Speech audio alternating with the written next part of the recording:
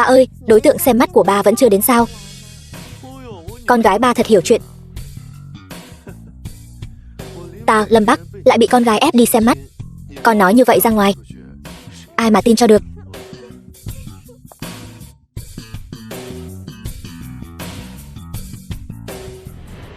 Triệu Diễm Diễm, đối tượng hẹn hò của Lâm Bắc.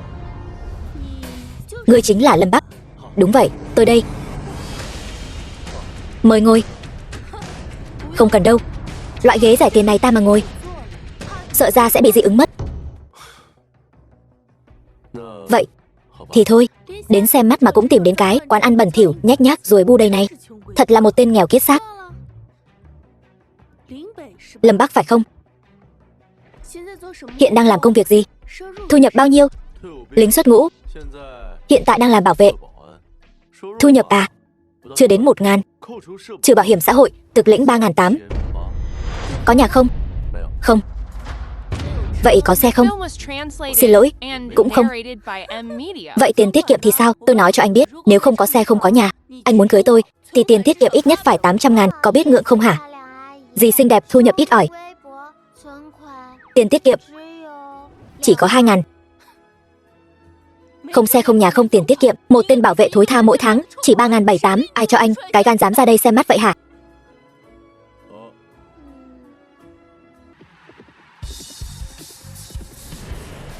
Tô Vũ Nhu, tổng tài quốc tế Tinh Vân.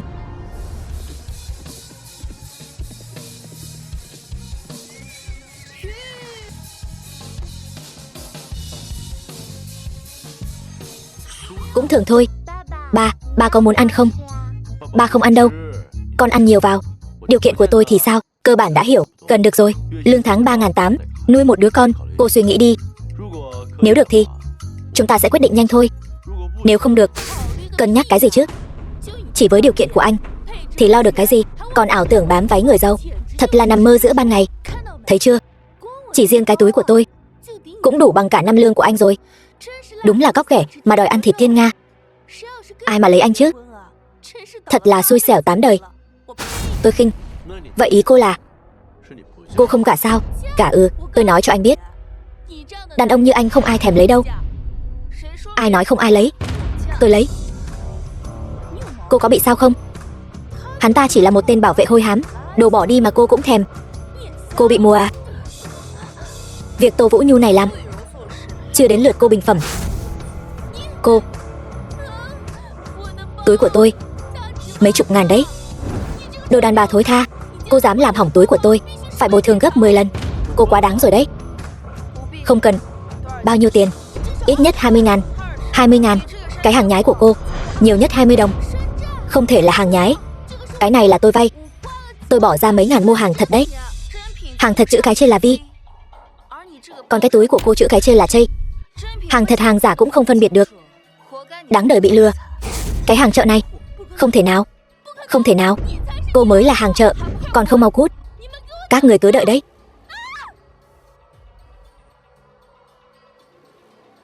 Lâm Bắc, tôi cần nói chuyện giữa chúng ta.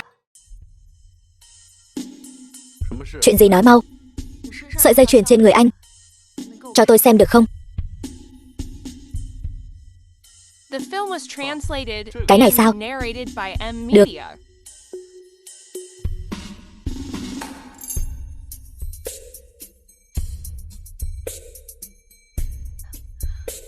Chỉ là giống thôi. Lẽ nào mình nhầm rồi?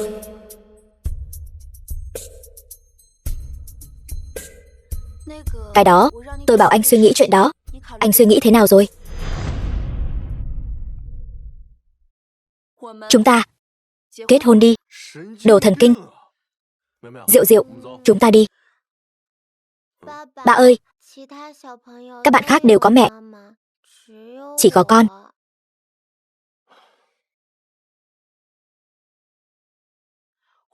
Tôi chỉ muốn tìm một người để kết hôn thôi. Mà lúc nãy khi tôi gặp nạn, anh đã ra tay giúp đỡ. Tôi nghĩ anh chắc cũng là người tốt. Là một người cha, chắc anh cũng không muốn Diệu Diệu phải sống khổ sở cùng anh đâu. Hơn nữa nếu anh cưới tôi sẽ biến Diệu Diệu thành viên ngọc sáng nhất Thiên Châu. Cân nhắc đi. Ngày mai tôi phải dự tiệc thăng chức của em trai tôi. Hơn nữa, cô xem tôi cũng không mang sổ hộ khẩu theo. Bà ơi, Diệu Diệu có mang theo nè. Con, sổ hộ khẩu sao con lại mang theo bên mình vậy? Giỏi quá. Biệt thự Tô gia. Lâm, à không, cô gia tiểu thư ăn trái cây đi. Cảm ơn. Diệu Diệu, lại đây với mẹ nào. Mẹ. Diệu Diệu ngoan quá. Ba thấy mẹ tốt bụng chưa? Nhãn quang của Diệu Diệu tốt chứ?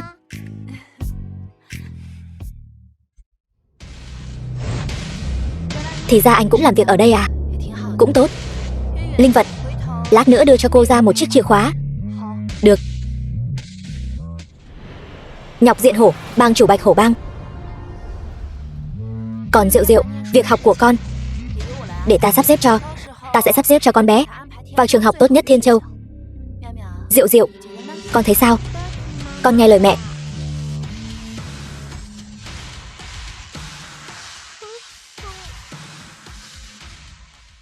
Không biết Hổ gia đại giá Quang Lâm có gì chỉ giáo. Tô mỹ nữ, buổi chiều tốt lành, tôi nghe đệ đệ của ngài nói ngài có một vụ làm ăn lớn muốn bàn. Tô Nghiêm, hắn có ý gì? Ký vào đây. Sau đó giao nốt dự án sát thần điện cho ta. Dự án sát thần điện, ta đã chuẩn bị dòng dã 5 năm. Dự án này là cơ hội duy nhất để ta bước vào sát thần điện. Ta không thể giao cho ngươi. Chuyện của ngươi và đệ đệ ngươi không liên quan đến ta. Bạch Hổ bang ta chỉ nhận tiền làm việc thôi. Ngọc Diện Hổ, ta cảnh cáo ngươi, đây là địa bàn của Tô gia ta. Tô gia. Thú vị đấy. Tô mỹ nữ, ta nói cho ngươi biết, hôm nay ta cũng không mang nhiều người, chỉ hơn 100 người thôi. Nếu hợp đồng này có thể ký được thì Tô gia vẫn là Tô gia. Nếu không ký được thì biệt thự của Tô gia vừa đủ chôn cặp tộc Tô thị các ngươi. Thật là ngang ngược bá đạo, coi trời bằng vung. Tiểu thư đừng sợ, tôi sẽ lập tức báo tuần tra ti. Tô tiểu thư, ta nói đúng chứ? Ngọc Diện Hổ, hắn đồng ý gì, hắn cho ngươi lợi ích gì, ta đều có thể cho ngươi, và gấp đôi. Ngoại trừ hợp đồng này, chuyện này tuyệt đối không được. Được thôi. 3.000 tỷ. 3.000 tỷ. Thật là điên rồ. Đây rõ ràng là cướp bóc. Ta đang cướp bóc đấy. Ngươi, Tô tiểu thư, ta không đôi co với ngươi nữa. 3.000 tỷ này, hợp đồng muốn ký hay không thì tùy. Nhưng ta nói trước, nếu hợp đồng này không ký được, ta sẽ cho nữ thư ký này đổ máu. Ngươi dám?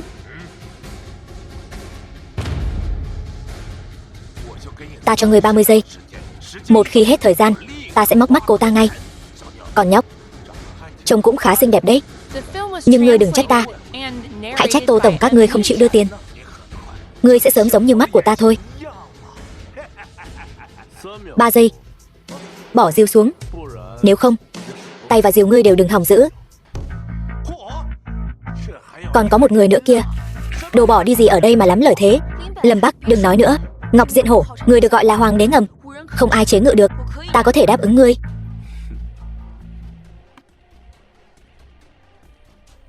Ta là bảo vệ ở đây. An toàn của chủ sở hữu là trách nhiệm của ta. Ngươi là cái thá gì?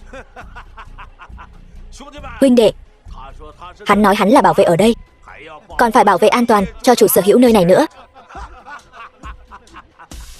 Huynh đệ, ngươi nói đùa đấy à? Ngươi thật hài hước. Cút xéo ngay lập tức. Ta còn có thể tha cho các ngươi một con đường sống. Lâm Bắc, ta đã nói rồi, đừng nói nữa. Chuyện này không liên quan đến ngươi. Mau bảo Diệu Diệu đi đi. Đánh lộn rồi. Diệu Diệu, muộn rồi. Ngọc Diện Hổ, ta lăn lộn ở đây 20 mấy năm rồi, chưa có ai dám làm càn với ta. Tiểu tử, ngươi đã chán sống đến vậy, ta sẽ thành toàn cho ngươi.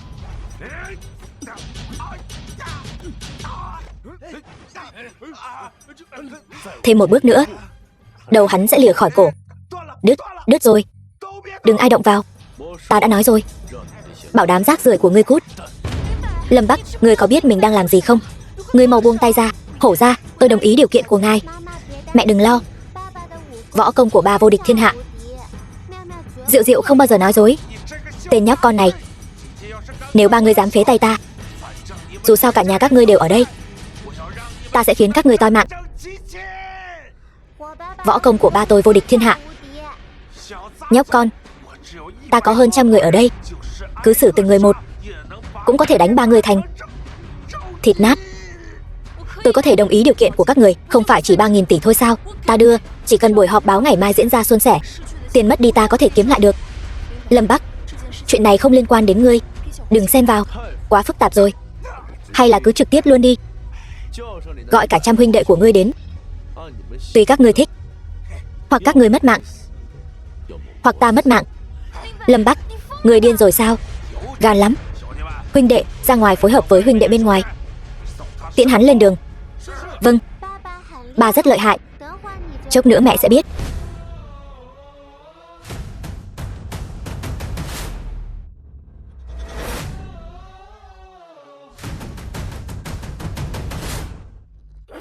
Đông đủ đấy. Tiểu tử, người tiêu chắc rồi, muốn vào bệnh viện phải không? Chém hắn cho ta.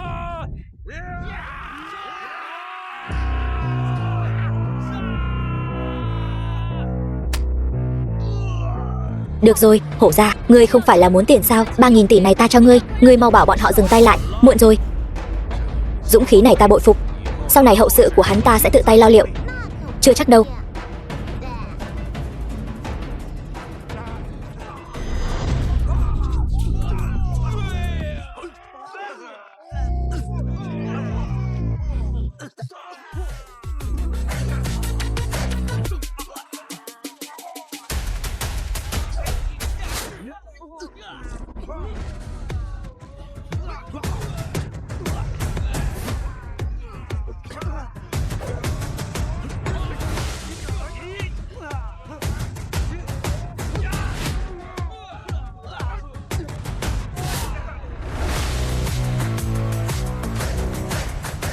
Quả nhiên song quyền nan địch tứ thủ.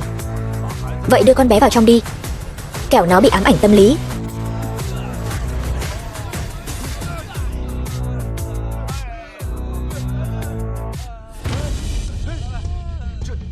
Sao ngươi có thể?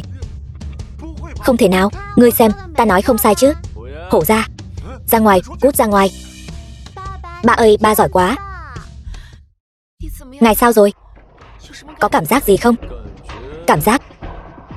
Cảm giác nóng trong người. Ta hỏi ngươi có bị thương không?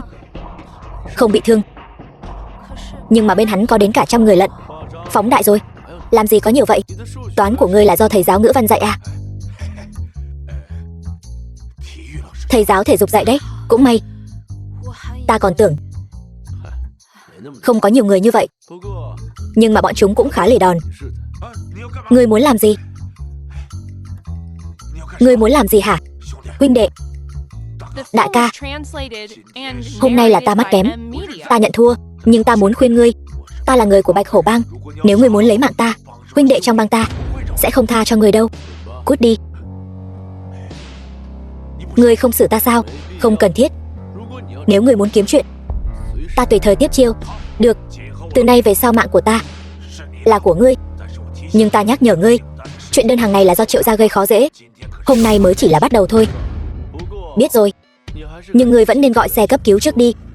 Bọn huynh đệ của ngươi là không trụ được bao lâu nữa đâu. Cảm ơn đại ca. Ngươi thật sự xuất ngũ rồi sao?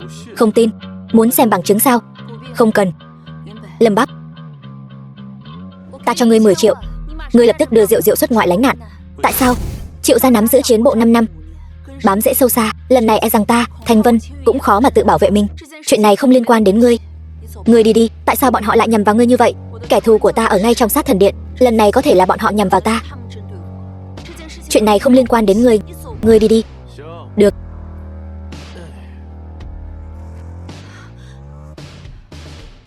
Chuẩn bị máy bay cho cô gia và tiểu thư. Đợi đã, ai nói ta muốn xuất ngoại? Ngươi có ý gì? Cô gia, đừng hành động theo cảm tính. Ta là bảo vệ ở đây, cô là chủ. Sự an toàn của ngươi nên do ta phụ trách. Ngươi đang nói đùa gì vậy?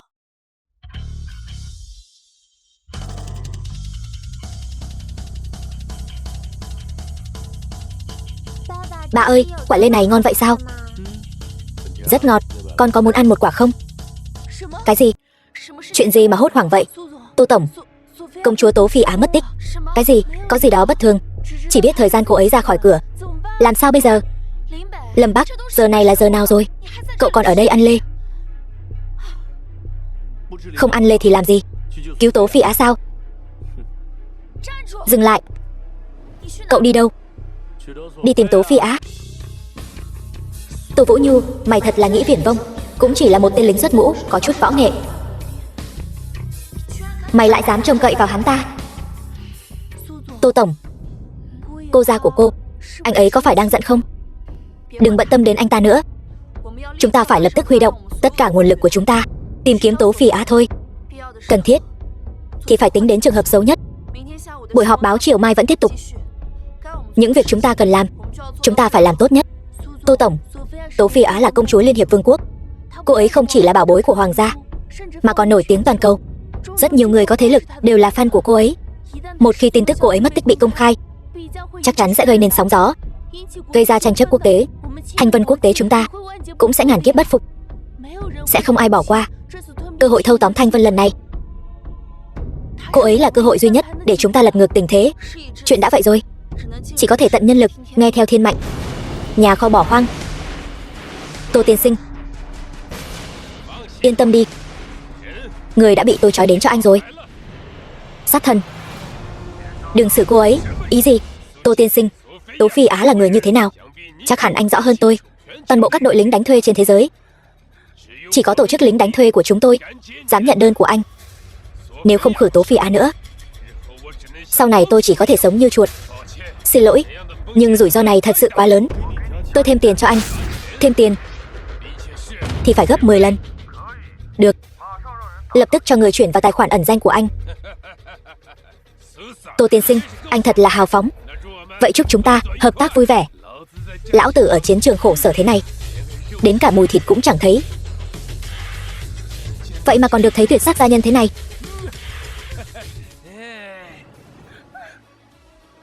Dừng tay. Đậu phộng. Nhóc kia, ngươi là ai? Dám xông vào cấm địa của ta? Cấm địa? Nơi này là cấm địa của đám lính đánh thuê các ngươi, đại hạ. Ta đã sớm cấm lính đánh thuê vào. Các ngươi còn dám lẻn vào sao? Đại hạ các ngươi hết người rồi sao? Hay là mất hết rồi? Cho dù ta không có súng, không có pháo, thì thủ hạ của ta mỗi người đều có thể lấy một địch trăm. Ngươi chỉ một mình xông vào đây, não ngươi bị uống nước rồi sao? Xử lý lũ cặn bã các ngươi, một mình ta cũng đủ rồi. Người bày đặt ra oai ở đây với ta sao? Huynh đệ, xông lên cho ta.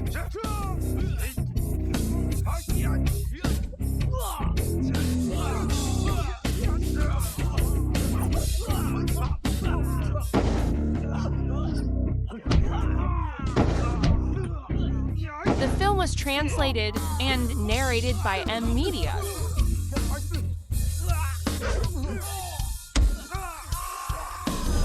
Đồ ngốc.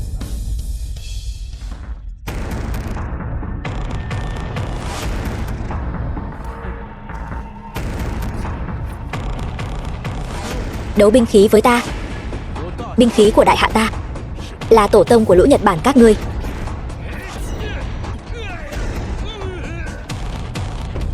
Đồ ngu. Nhất thốn trưởng nhất thốn cường. Của ngươi dài hơn của ta nhiều. Bớt nói nhảm.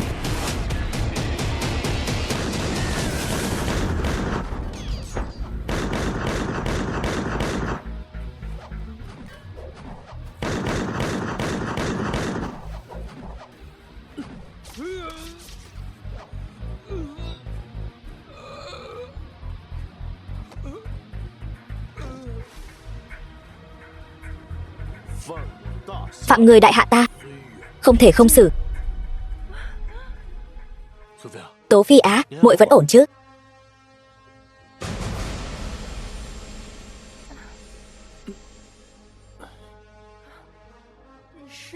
Ngươi là thượng đế sao? Thượng đế? Không quen, ta là bảo an. Đúng rồi, ta đưa muội đi thay y phục. Buổi họp báo. Nghe nói Thanh vân quốc tế này tự mình nghiên cứu chip bàn cổ, đã đạt đến trình độ đẳng cấp thế giới. Chẳng phải sao? Cho nên mới có cái tên Giao lĩnh tiên này.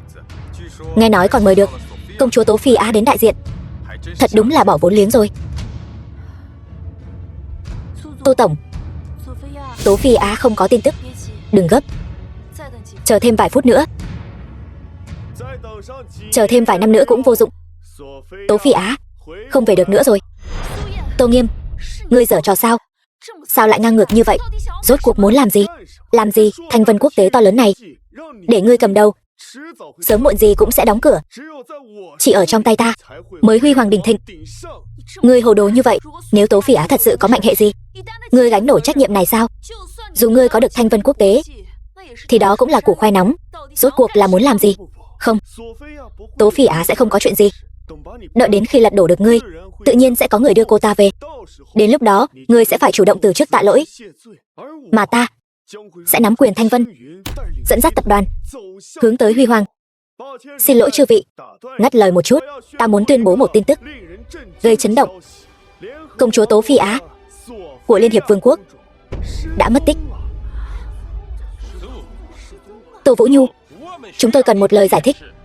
Trời ơi, công chúa Tố Phi Á mất tích rồi. Thị trường nước ngoài e rằng sắp sửa dấy lên làn sóng tẩy chay Thanh Vân quốc tế rồi. Đâu chỉ là tẩy chay Thanh Vân tập đoàn, một công chúa của một nước mất tích ở một nước khác, chuyện này 100% sẽ gây ra tranh chấp quốc tế, sẽ lên đầu đề toàn cầu đấy. Trời ơi, mọi người xem này, cổ phiếu của Thanh Vân tập đoàn đã bắt đầu giảm rồi, vừa rồi trong vài giây bốc hơi 1000 tỷ giá trị thị trường rồi. Chư vị hãy bình tĩnh, đừng nóng vội, hãy nghe thử. Tô Vũ Nhu, không, là Tô tổng, ngươi còn có gì muốn nói không? Chư vị, tôi không thể. Tô tổng là chủ tịch. Được lắm Tô Vũ Nhu, công chúa Tố Phi Á đã mất tích rồi, ngươi còn định che đậy sao? Đúng, các ngươi phải lập tức công khai tất cả nội tình. Ta chính là đại diện của hội người hâm mộ công chúa.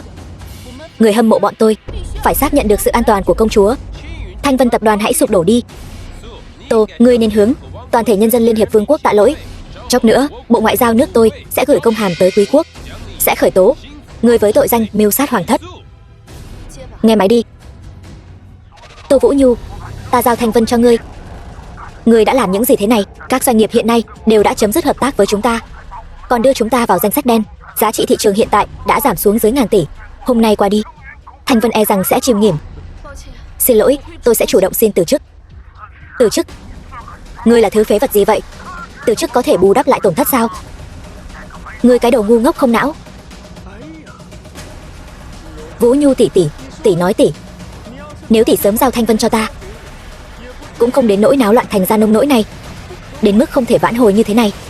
Tô tổng, hay là mình gọi điện cho cô ra đi, đi tìm Tố Phi Á.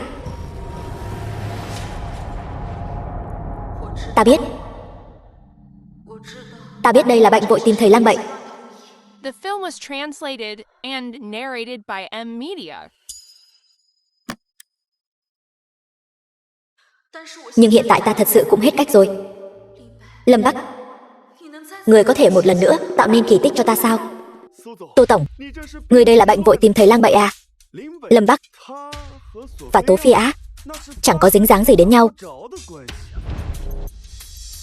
Alo, Lâm Bắc, người hiện đang ở đâu? Ngẩng đầu lên.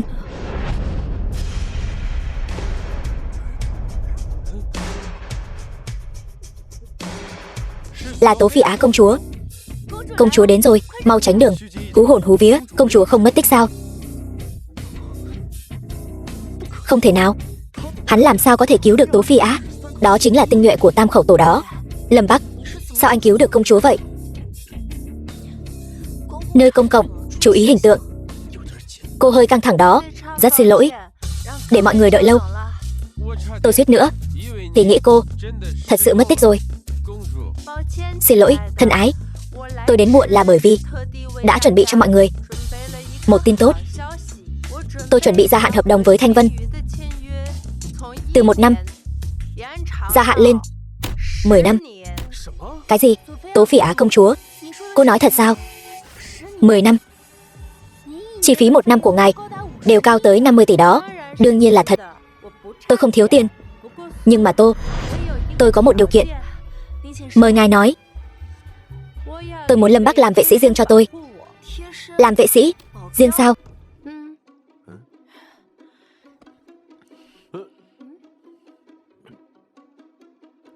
Xin lỗi, điều này không thể nào, bởi vì hắn là vệ sĩ riêng của tôi.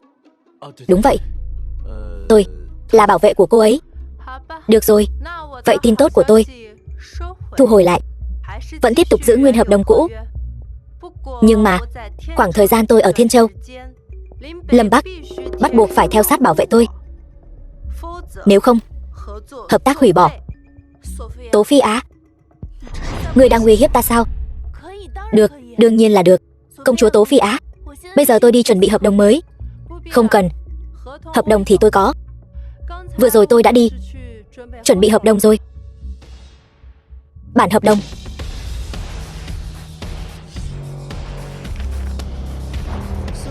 Tô, hợp tác vui vẻ. Hợp tác vui vẻ. Mời. Lâm Bắc, ngươi quen biết Tố Phi Á sao? Không quen. Vậy, tại sao hai người trông có vẻ rất thân thiết? Chuyện này sao? Có thể là bọn họ nước ngoài. Mặt dày hơn keo rán, vậy thì tốt. Ta khuyên ngươi ít tiếp xúc với cô ta thôi. Dù sao, loại hồ ly này ngươi giữ không nổi đâu. Ý của ta là ta không có thích ngươi, chỉ là muốn ngươi ít qua lại với cô ta thôi. Chuyện này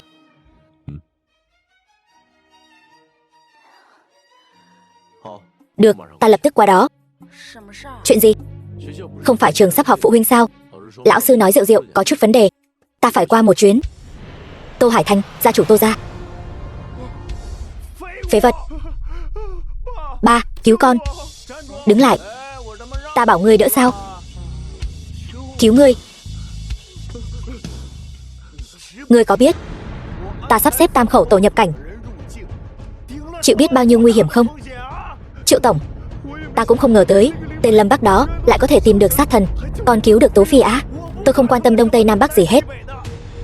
Hắn ta là ai ta đã điều tra rồi, chỉ là một tên bảo an nhỏ. Bảo an nhỏ? Ngươi đang đùa ta hả? Một tên bảo an nhỏ có thể từ tay đám người của sát thần cướp người? Có thể sao? Một tuần sau chính là đại điển kế nhiệm. Triệu gia ta vì ngày này đã chuẩn bị dòng dã 5 năm. Tuyệt đối không thể để Tô Vũ Nhu dính líu tới sát thần điện. Điều tra sâu, chị e sẽ đánh rắn động cỏ. Thanh Vân Quốc tế phải bị triệt tiêu hoàn toàn. Ngươi hiểu chứ? Hiểu rõ. Triệu thiếu, ta còn một cách. Tối nay chính là tiệc thọ của Long Chiến Dã, thống lĩnh sát thần điện. Tô Vũ Nhu luôn muốn bám víu lấy hắn. Chi bằng chúng ta nhân dịp tối nay mượn tay Long thống lĩnh trừ khử ả.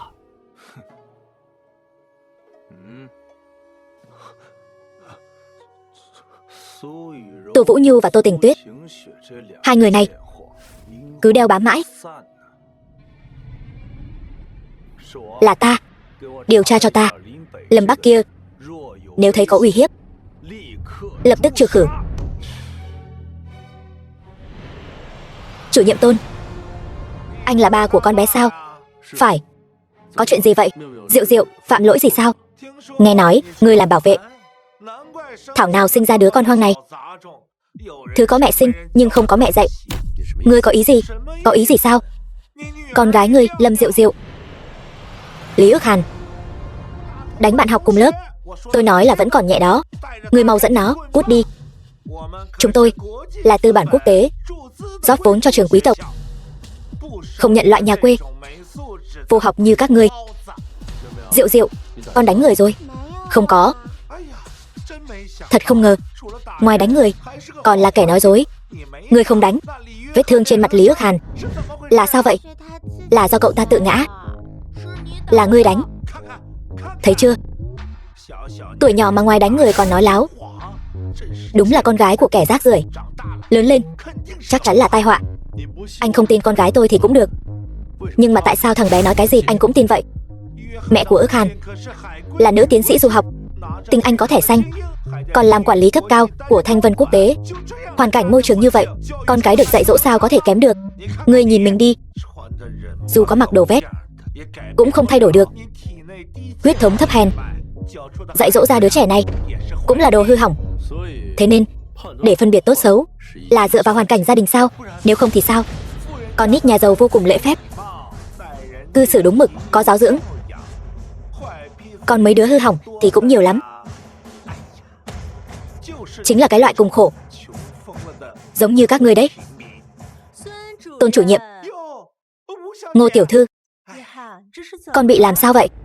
Bà xem, có người đang bắt nạt con trai bà kia. Ngô Mạn Ni, nữ tiến sĩ hải ngoại. Tôi làm theo lời bà dặn, chuẩn bị đuổi cổ đồ con hoang mất dạy kia. Cái đứa bên cạnh là phụ huynh của nó, nghe nói là bảo vệ. Người đại hạ, ta ra lệnh cho ngươi, bây giờ lập tức xin lỗi con trai ta ngay. Mệnh lệnh sao? Tất nhiên, một kẻ sính ngoại như cô cớ gì ra lệnh cho ta, người dân đại hạ? Chỉ bằng thân phận ngoại quốc của ta, ở đại hạ các ngươi, ta cao quý hơn một bậc, khắp nơi đều ưu tiên, hiểu chưa? Ta đang rất bực mình. Đừng có nói tiếng chim với ta. Bây giờ ta nói cho ngươi biết, mau bảo con gái ngươi xin lỗi con trai ta, rồi cút xéo.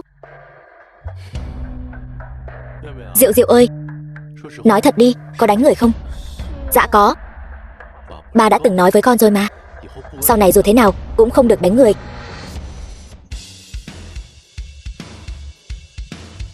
Ai dạy con nói chuyện như vậy?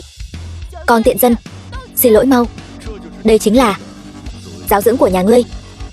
Một đứa nhóc danh vài tuổi mà đã nói ra được những lời khốn nạn như vậy, vậy thì sao?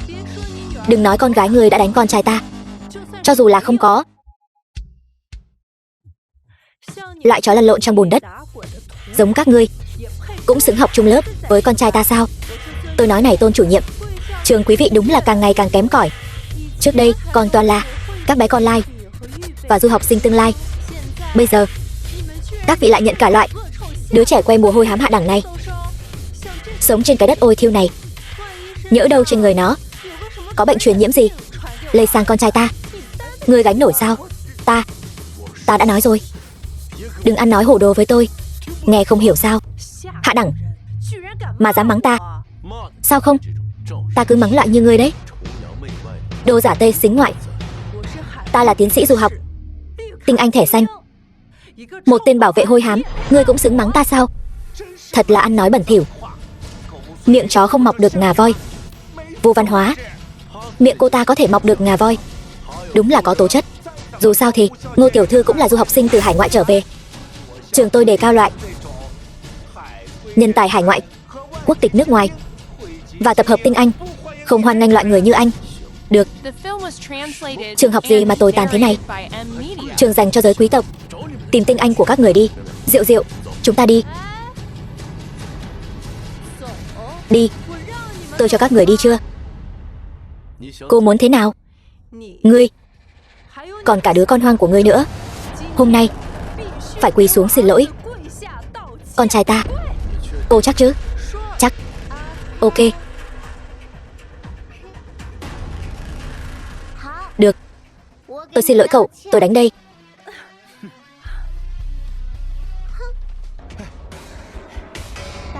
Bà ơi, con không nhịn được đánh người ta rồi. Đánh người xấu không tính, dám đánh tôi. Anh biết tôi là ai không? Tôi là quản lý cấp cao của Thanh Vân Quốc tế, chồng tôi là giám đốc công ty Liên hiệp Vương quốc. Tất cả các người đều phải quỳ xuống cho tôi. Cô nói ai là hạ đẳng nhân? Tô tổng, ngài sao lại tới đây? Cô nói ai là hạ đẳng nhân? Tô tổng, ngài không biết đâu. Ở trường này đến một đứa có mẹ sinh, không mẹ dạy dỗ, nó dám đánh con trai tôi. Ngài xem cái mặt bị đánh này. Còn cả hắn, cha của nó chỉ là một tên man di vô văn hóa.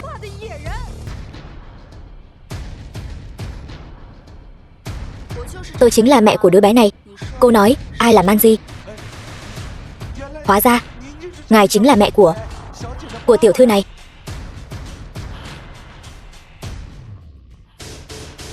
Alo Phận Vận, lập tức mua lại trường tiểu học Thánh Ngoan. Tôi cho 3 phút, anh sẽ bị đuổi việc. Còn cô, cút xéo. Tô tổng, tôi sai rồi. Là chúng tôi có mắt như mù. Xin hãy tha thứ cho tôi một lần. Nhục mạ con gái tôi không thể tha thứ. Tô tổng, tôi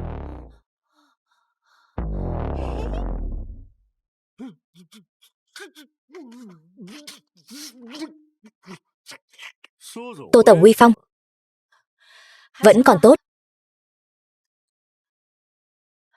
Lâm Bắc, tôi cảm thấy anh đang có vấn đề rất lớn trong việc giáo dục Diệu Diệu. Lâm Bắc, sao hắn ta lại đến đây? Tôi nhớ Lâm Thâm Chi không gửi thiệp mời cho hắn ta mà. Sao hắn ta mặt dày đến đây ăn trực vậy? Biết đâu đấy, hết cơm mà ăn rồi, chạy đến đây làm trò giả nai, kiếm chút thương hại. Một là Trương Hạo, cánh tay đắc lực dưới trướng Trương tổng, bay cao bay xa. Còn lại là Hắc Cẩu, thằng gác cổng. Quả thực khác nhau một trời một vực. Lâm Bắc, cút xéo khỏi đây, không có chỗ cho mày. Ba ơi, cái gì đây? Mày được ăn cái này chắc. Không sao đâu Diệu Diệu, tí nữa ba mua cho con. Dạ. Phu nhân tới.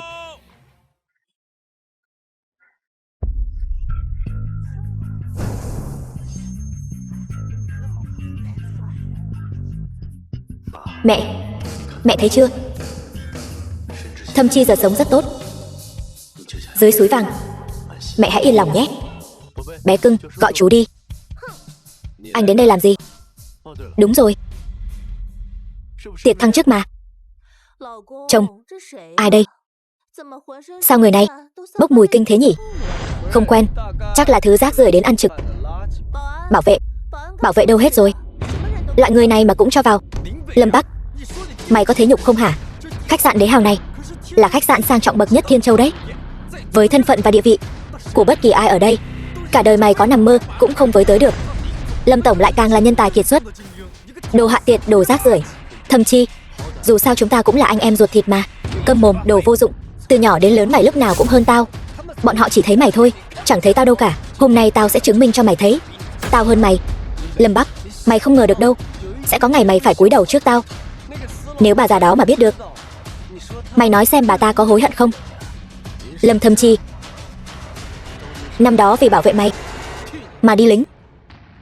Với lại đó là mẹ ruột của chúng ta. Nếu như năm đó mày cả ngày không ăn chơi lêu lỏng, bà ấy nỡ đuổi mày đi sao? Sau đó bà ấy có đi tìm mày, nhưng mày lại tự bỏ đi. Cho nên bà già đó ngủm cũng đáng. Đồ súc sinh, đồ ăn mày thối, dám đến tiệc thăng chức của Thâm Chi quậy phá. Tôi đến đây chỉ để hoàn thành di nguyện của mẹ tôi. Nói cho mày biết, bây giờ tao đang oai phong lẫm liệt ở Thanh Vân Quốc tế, còn mày chỉ là một con chó giữ cửa hèn mọn. Hôm nay là ngày vui của tao, không muốn đôi co với mày. Cút nhanh đi, mày đúng là em trai tốt của tao. Trước khi mẹ mất, vẫn luôn nhớ đến mày, muốn nhìn thấy mày thành đạt, nên đã đưa tín vật gia truyền cho mày. Hôm nay tao đến là để thay bà ấy nhìn mày một cái. Giờ mày sự nghiệp phất lên rồi, thì mẹ dưới suối vàng cũng có thể nhắm mắt xuôi tay rồi. Cầm lấy. Muốn ăn trực thì cứ nói thẳng ra, lại còn lấy người mất làm cớ. Thật không biết ngượng mồm. Một thằng giữ cửa thôi mà cũng xứng làm anh em với Lâm tổng sao? Đây là ngọc bội giả phải không? Cầm 800 đồng mà dám đến dự tiệc thăng chức của Lâm tổng. Còn không mau cút. Tiệc thăng chức của Thâm Chi không có chỗ cho hạng người thấp kém như ngươi. Bảo vệ đâu? Tống cổ ra ngoài. Chúng tôi không phải hạng người thấp kém. Mẹ tôi là nữ tổng tài của Thanh Vân Quốc tế. Còn nhóc này não có vấn đề hả? Lâm Bắc này, nếu không được, ngươi dẫn con bé đi khám khoa thần kinh đi. Nữ tổng tài của Thanh Vân Quốc tế là ai vậy? Còn ai vào đây nữa? Dĩ nhiên là Tô Vũ Nhu. Nếu những gì con bé nói là thật, thì Lâm Bắc hắn vẫn chỉ là một tên bảo vệ quen, chó giữ cửa. Tô Vũ Nhu, nếu là mẹ con bé, ta sẽ ăn cái bàn này. Lâm tổng đang giữ chức vụ ở Thanh Vân tập đoàn. Chuyện người ngoài không biết, bản thân hắn làm sao có thể không biết. Tôi thấy hắn cũng giống mẹ già của hắn, đầu óc có bệnh. Lâm Thâm Chi, ta không quan tâm ngươi có quý nhân nâng đỡ hay không, sự nghiệp có bay cao đến đâu, nhưng làm người không thể vong ân bội nghĩa. Ngươi là cái thá gì? Ngươi đến dạy đời ta. Bây giờ ta phất lên rồi, ngươi như con chó đến quỷ liếm ta. Ngươi làm bộ làm tịch cái gì? Không phải là muốn ăn trực sao? Được thôi.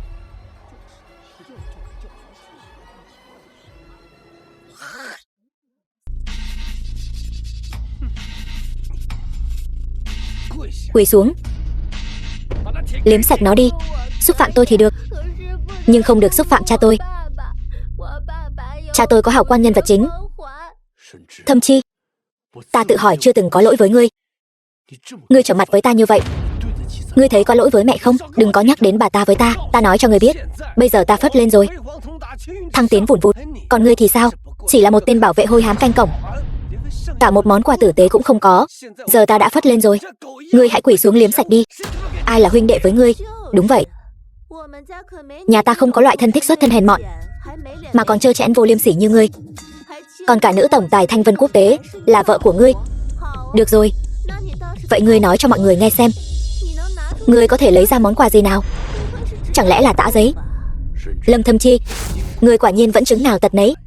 Ngươi đó chính là một con chó. Ta cho ngươi ăn là vinh hạnh của ngươi. Ngươi không ăn phải không? Được thôi, vậy thì để con hoang này ăn. Thanh Vân Quốc tế đến.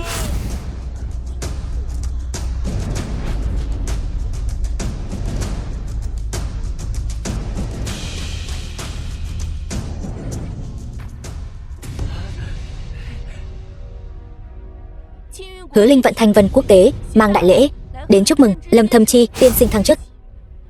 Thư ký Hứa, sao ngài lại đến đây? Thật ngại quá. Đúng vậy, xin đại diện Tô tổng tặng cho tiên sinh Lâm Thâm Chi trị giá 99.999.000 một chiếc Lamborghini, một căn biệt thự Thiên Cung, một cặp dạ Minh Châu Đông Hải, 50 triệu tiền mặt. Ngoài ra, kể từ hôm nay, Lâm Thâm Chi tiên sinh được thăng chức lên làm tổng giám đốc bộ phận kinh doanh Thanh Vân Quốc tế với mức lương 5 triệu. Những thứ này thư nhậm chức.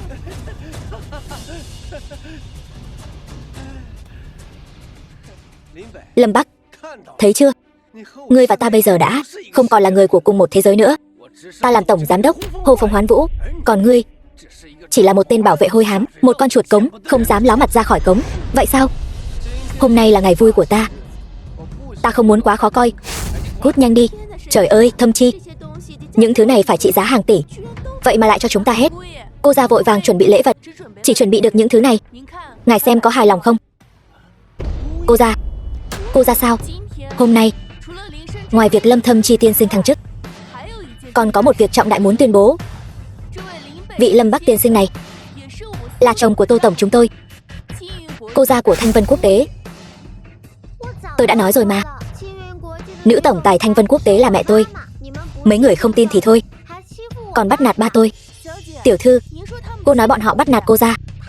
Bọn họ nói ba tôi là chó, còn ném bánh xuống đất, dùng chân dẫm lên rồi bắt rượu ăn. Thư ký Hứa, con nít danh này nói bậy nói bạ, ngài đừng tin lời nó. Phải, trẻ con nói bậy thôi. Chú cho con kẹo nè. Đừng nói nữa, nhìn ông là biết người xấu rồi. Tôi không cần kẹo của ông đâu.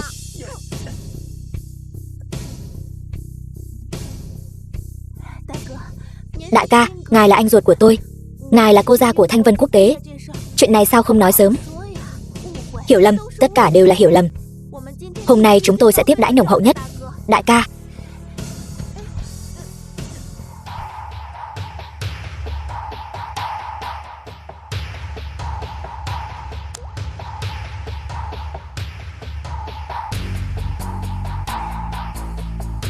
Thâm Chi, ngươi, ta cũng đến xem thay mẹ rồi.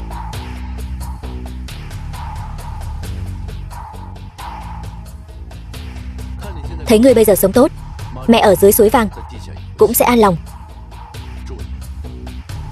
Chúc ngươi tiền đồ vô lượng. Rượu.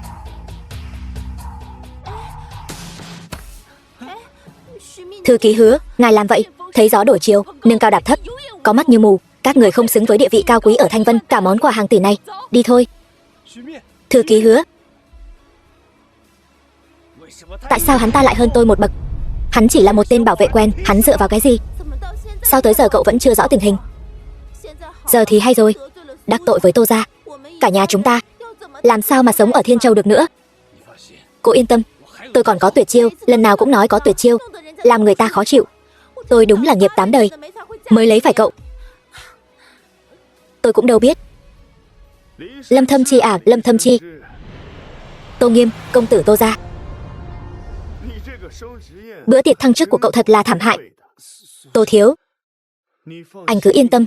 Anh trai của anh chẳng qua chỉ là tên ở rể mà chị họ tôi tùy tiện kiếm được, hoàn toàn không thể can thiệp vào công việc của tập đoàn. Là vậy sao? Nhưng dù sao anh ta cũng là chồng của Tô Tổng. Tiền đồ của tôi ở Thanh Vân vẫn chẳng có hy vọng gì. Sợ gì chứ? Có Tô Thiếu đây rồi. Anh yên tâm, Tô Vũ Nhu đã đắc tội với Triệu gia. Thanh Vân Quốc tế sắp tự mình tiêu đời rồi. Tôi đã sắp xếp rồi, buổi họp báo của cô ta sẽ không thể tổ chức được. Không bao lâu nữa, tên Lâm Bắc đó sẽ quỳ xuống cầu xin anh tha thứ. Còn cha tôi sẽ trở thành chủ nhân thực sự của Tô gia. Cảm ơn Tô Thiếu, cảm ơn Tô Thiếu rất nhiều. Lâm Bắc, hôm nay ngươi làm nhục ta, ta sẽ lập tức bắt ngươi trả giá gấp trăm lần. Ngươi là cái thá gì? Một tên bảo vệ hôi hám cũng dám ở trước mặt ta vênh váo. Lâm Bắc, ngày thường làm việc bận rộn, việc dạy dỗ Diệu Diệu xử lý rất không kịp thời. Sau này việc dạy dỗ Diệu Diệu hàng ngày cứ giao cho Vận Vận phụ trách đi. Phản đối. Bây giờ không có hỏi ý kiến của ngươi, nhóc con. Lâm Bắc, Lâm Bắc, ta đồng ý. Ba vậy mà lại phản bội con. Nói bậy. Vận Vận, vâng Tô Tổng. Lễ mừng thọ của Long thống lĩnh cũng đã chuẩn bị xong.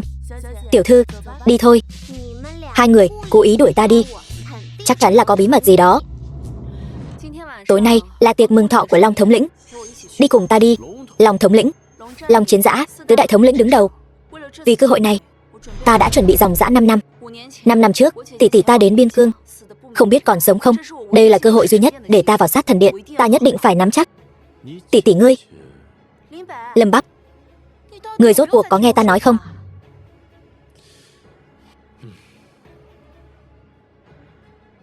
Ta biết ngươi là một cựu quân nhân.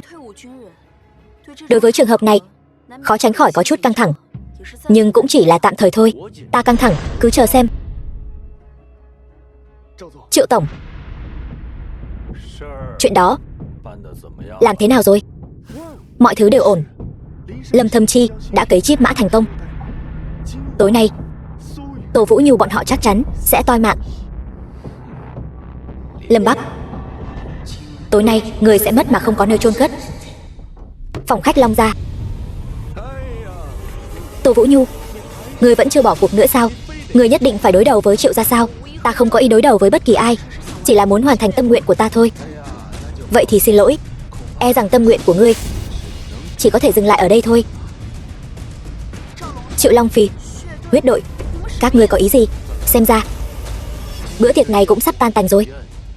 Lâm Bắc, trong mắt Triệu gia, cái mà ngươi dựa dẫm Thanh Vân tập đoàn cũng chỉ là một đống rác, sắp bị diệt vong đến nơi mà còn không tự biết.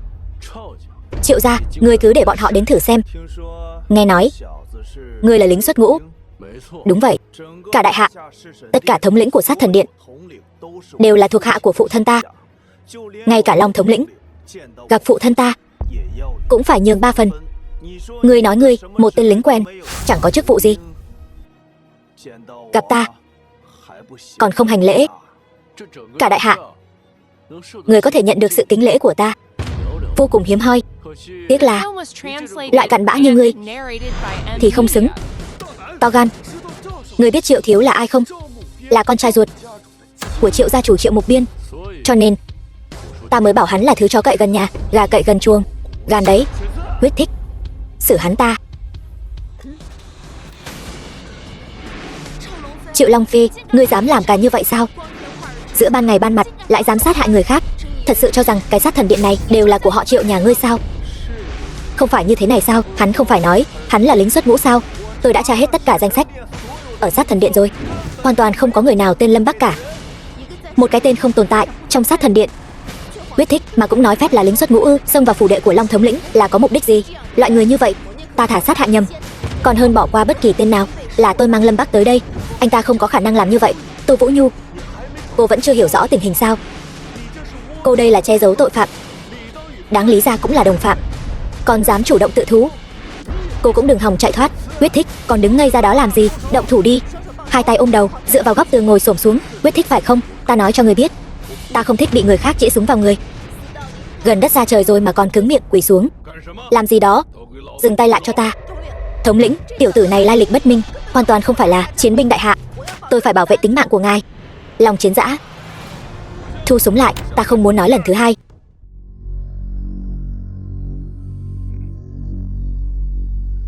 Ngài đây là có ý gì? Chẳng lẽ ngài muốn bao che cho thế lực tội phạm? Triệu Long Phi, ngươi đang muốn kết tội ta sao? Không dám. Long thống lĩnh, vị tiểu huynh đệ này đã gặp ở đâu rồi nhỉ?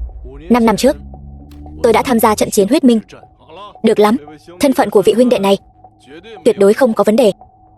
Mọi người ngồi xuống đi. Long thống lĩnh, Triệu công tử đã điều tra người này rồi. Hắn lai lịch bất minh, ngài nhất định không được để hắn lừa gạt. Thứ mất dạy. Ý ngươi là ta giả lú lẫn rồi sao? Đồ nhát gan. Có thể tham gia trận chiến huyết minh của 5 năm trước đều là những người đã trải qua khảo nghiệm, trung thành và tận tâm với đất nước. Sao có thể là thứ mà bọn ngồi hưởng thái bình ở hậu phương như các ngươi có thể tùy tiện sỉ nhục được? Này đại hạ, quốc thái dân an, biên cương yên bình. Long thống lĩnh, thân là một trong tứ đại trấn quốc trụ thạch, nhất định phải giữ gìn sức khỏe. Tôi muốn nói chính là điều này. Các ngươi làm ồn đến giấc ngủ của ta rồi, không biết xấu hổ sao? Long thống lĩnh, tôi là Tô Vũ Nhu của tập đoàn Thanh Vân. Lần này đến là để chúc thọ ngài. Đây là lễ vật tôi chuẩn bị cho ngài. Xin ngài nhận cho, chúc ngài sống lâu trăm tuổi. Long thống lĩnh, còn có cái này của tôi. Thôi, vậy thì được rồi.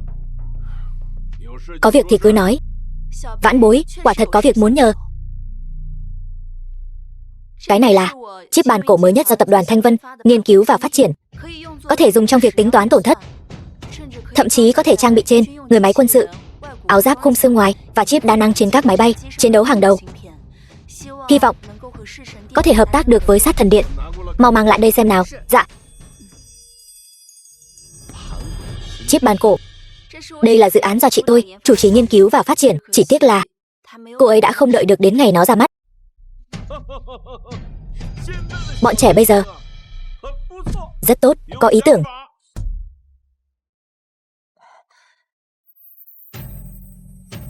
Thống lĩnh, mau ngắt kết nối. Dạ. Không đúng, đây là virus máy tính của tổ chức kiểu đầu xa. Đáng ghét. Huyết thích, bắt hết bọn chúng cho ta. Đặc biệt là đàn bà kia. Dạ. Tiểu huynh đệ, muốn phản quốc sao? Long thống lĩnh, chuyện này quá kỳ lạ. Thanh Vân quốc tế sẽ không làm chuyện như vậy. Đại họa đã gây ra. Tất cả virus lây nhiễm đều do cô ta gây ra. Ngươi còn gì để nói? Long thống lĩnh, virus này có khả năng lây lan cực mạnh, hơn nữa có thể lây nhiễm cả thiết bị làm việc ngoại tuyến. Có thể không bao lâu nữa, thiết bị của toàn bộ khu vực đều sẽ bị lây nhiễm và hư hỏng. Huyết thích, liên lạc với kỹ thuật binh của Sát Thần Điện, lập tức tiến hành sửa chữa. Thống lĩnh, loại virus này là virus độc hại nhất thế giới. Kỹ thuật của chúng ta hiện tại không thể sửa chữa, chỉ có thể khống chế, mà việc này ít nhất cần vài ngày. Vài ngày này ít nhất sẽ ảnh hưởng đến vài tỉnh lân cận, thiệt hại tài sản ít nhất lên đến hàng chục nghìn tỷ. Ngươi còn muốn làm theo ý mình nữa sao? Mau để cô ta nhận thẩm vấn. Long thống lĩnh, tôi tin cô ấy sẽ không làm chuyện như vậy. Hơn nữa, tôi là vệ sĩ của cô ấy, cũng nên làm tròn trách nhiệm của mình. Lâm Bắc, ngươi, Long thống lĩnh, tôi đề nghị lập tức triệu tập binh chúng của Sát Thần Điện, bắt giữ 2 tên tội phạm đầu sỏ này. Lâm Bắc, ta hỏi ngươi lần nữa, thật sự muốn đối đầu với đại hạ? Muốn đối đầu với ta sao? Long thống lĩnh, nếu tin tưởng tôi, cho tôi 5 phút, tôi có thể tiêu diệt hoàn toàn virus mạng này. Ngươi hoảng gì chứ? Ngươi đừng tưởng thật hắn ta có thể giải quyết virus này. Virus máy tính này, bao nhiêu người trên thế giới đều không thể tiêu diệt nó. Trước đây Sát Thần Điện đã mời hàng chục mũ trắng trong và ngoài nước và chuyên gia tin tặc nghiên cứu chuyên sâu nửa năm, cũng bó tay. Ngươi chỉ là một bảo vệ nhỏ, ngươi làm được sao? Đúng vậy, Long thống lĩnh, ngài ngàn vạn lần đừng tin hắn. Bây giờ chúng ta nên khống chế virus, ngăn chặn lây lan, sau đó nghĩ cách khắc phục thiệt hại.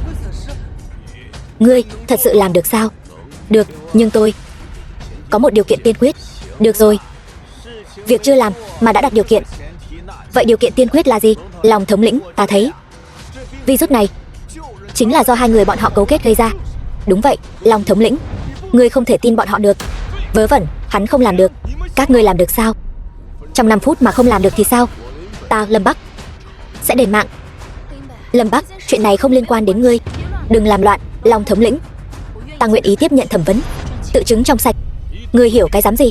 Sự trong sạch của ngươi đáng giá mấy đồng. Ta muốn khống chế thiệt hại. Tiểu tử, nói đi, nếu muốn ta ra tay. Căn phòng này chỉ có thể giữ lại ngươi và ta. Hỗn xược. Thống lĩnh, người này lai lịch bất minh, tuyệt đối không thể đáp ứng hắn. Lâm Bắc, ngươi chẳng lẽ muốn đuổi chúng ta ra ngoài? Dễ đối phó với Long thống lĩnh sao? Ngươi thật đúng là lòng lang dạ sói. Long thống lĩnh, ngươi ngàn vạn lần đừng tin hắn. Nếu ta muốn ra tay, các ngươi đã tiêu đời lâu rồi. Ngươi, được rồi, quyết thích phải giữ lại. Được, Long thống lĩnh, tất cả cút hết cho ta. Ai còn nói nhảm, ta bắn bỏ người đó. Nhớ kỹ, ngươi chỉ có 5 phút.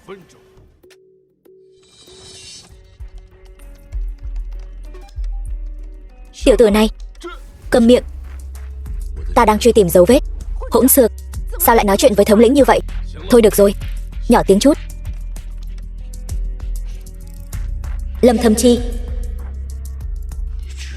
ngươi biết ngươi làm như vậy sẽ có kết cục gì không?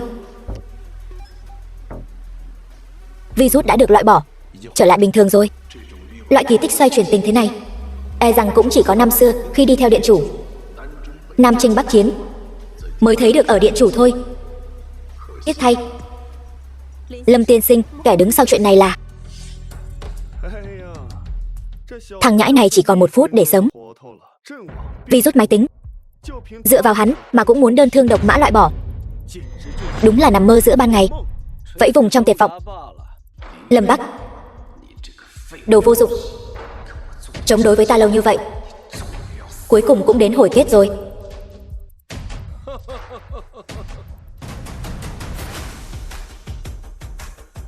Kết quả thế nào?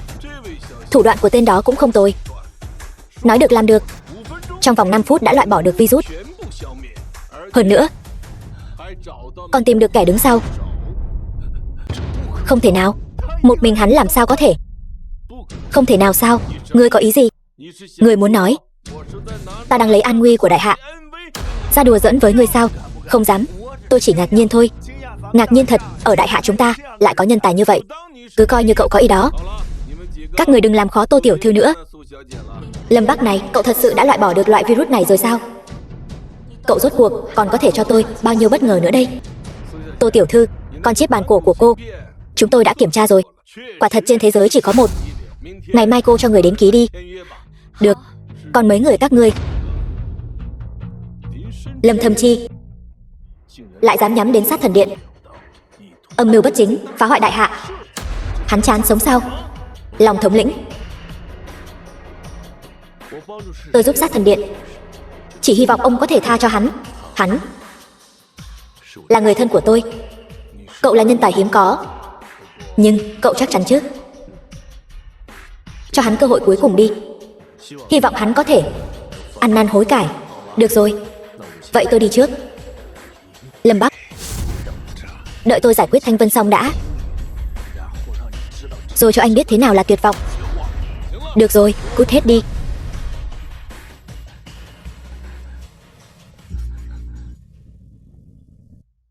Thống lĩnh, bánh kem và bánh đào thọ đều đã chuẩn bị xong. Quyết thích à? Ngươi có cảm thấy tiểu tử này rất giống một cố nhân của ta không? Cố nhân? Đúng vậy. Sao Tố Phi Á không đến? Hôm nay là thọ thần của tôi. Cô ấy chẳng phải nói sẽ đến thăm sao? Vị công chúa điện hạ kia hình như nói muốn dẫn ngài đi gặp chúa trời gì đó. Nhảm nhí gì thế không biết. Mấy đứa nhỏ nước ngoài này thật là tùy tiện. Đi, ăn bánh kem thôi. Thâm Chi à? Lâm Bắc, Thâm Chi là em. Sau này hãy nhường nhịn nó một chút, đừng để nó đi vào con đường tà đạo. Mẹ không ổn rồi. Còn có ngọc bội gia truyền nhà chúng ta nữa, đừng quên đưa cho nó.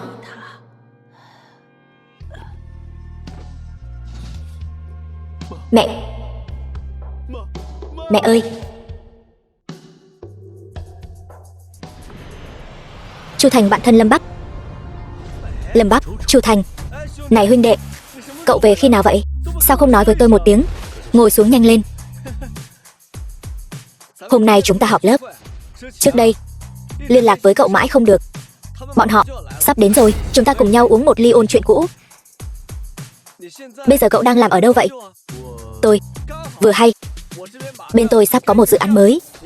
Với năng lực của cậu, làm quản lý chắc chắn không thành vấn đề. Cân nhắc một chút đi. Chu Thành, tôi nhớ hôm nay tôi đã bao chọn phòng rồi mà. Sao lại có rác rưởi ở đây? Cường ca, ý anh là sao? Đến quán hát mà ăn mặc như chó cắn ấy, ra vẻ làm thiếu gia nữa. Đúng đó, chúng ta đều là bạn học.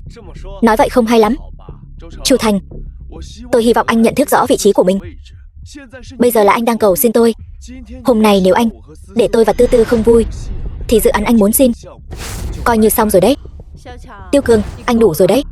Tư Tư, em muốn bênh vực hắn ta sao? Nghĩ kỹ đi Chu Thành. Tiêu tổng là giám đốc của tập đoàn Thịnh Thiên đấy. Nếu anh ấy không đồng ý, thì dự án của anh, cả đại hạ này không ai giúp được anh đâu. Chu Thành, sự nghiệp là trên hết. Chúng ta hẹn hôm khác nhé. Đứng lại. Tôi cho anh đi rồi ạ. Chu Thành, tôi nghe nói anh và Lâm Bắc tình như thủ túc. Mà Tư Tư nhà chúng ta dạo này rất muốn xem một màn biểu diễn phong mã túy lý trực tiếp. Hay là hai người biểu diễn một đoạn đi. Tiêu Cường, anh đủ rồi đấy. Nhảy đi.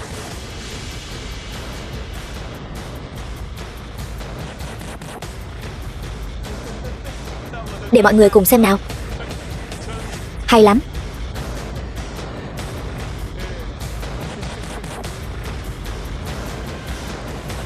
Tiếp tục nhảy đi. Tiêu tổng, anh thấy thế này được chưa? Tôi đã nói là muốn hai người cùng nhau nhảy. Tôi và Lâm huynh, Lâm Bắc là huynh đệ của tôi, còn dám cãi lại hả? Đủ rồi. Lâm Bắc, đừng manh động. Tiêu Cường bây giờ có quyền có thế, cậu không chọc nổi hắn ta đâu. Chu Thành, tôi đã cho anh cơ hội rồi. Người như anh, nhu nhược thiếu quyết đoán, phá sản là đáng đời. Xin lỗi Tiêu tổng. Không cần xin lỗi hắn ta. Tôi quen một ông chủ bất động sản, tôi sẽ giới thiệu cho anh. Lấy được mảnh đất này chắc không thành vấn đề. Anh đến quán bar một chuyến, có chút việc cần tìm anh. Còn gọi điện cho ai nữa vậy? Tôi không tin hôm nay có ai dám cướp mảnh đất này từ tay tôi. Lâm Bắc, thôi đi, đừng để người ta đến nữa. Tôi không muốn liên lụy người khác. Đằng sau tập đoàn Thịnh Thiên là băng Bạch Hổ chống lưng. Băng Bạch Hổ là bá chủ thế giới ngầm ở Thiên Châu đấy. Hắn ta không dám động đến tôi, vì người đến chính là Ngọc Diện Hổ. Cái gì? Thật là nói khoác mà không biết ngượng. Ngọc Diện Hổ đại nhân là cổ đông trực tiếp của tập đoàn Thịnh Thiên đấy. Loại người như các anh cũng xứng gọi Ngọc Diện Hổ đại nhân sao? Não có vấn đề à? Cứ cho là anh có thể gọi Ngọc Diện Hổ đến đây, đến quán hát mà ăn mặc như chó cắn ấy. Được, vậy là ngươi nói đó. Thằng ngu Chu Thành, ta nói thật cho ngươi biết, ta đã cùng người của Bạch Hổ bang chào hỏi rồi. Ngày mai sẽ cho ngươi không xuống giường được. Tiêu Cường, mọi người tốt xấu gì cũng là bạn học một thời, ngươi không cần phải làm tuyệt tình như vậy chứ. Bạn học sao? Hắn mà cũng xứng hả?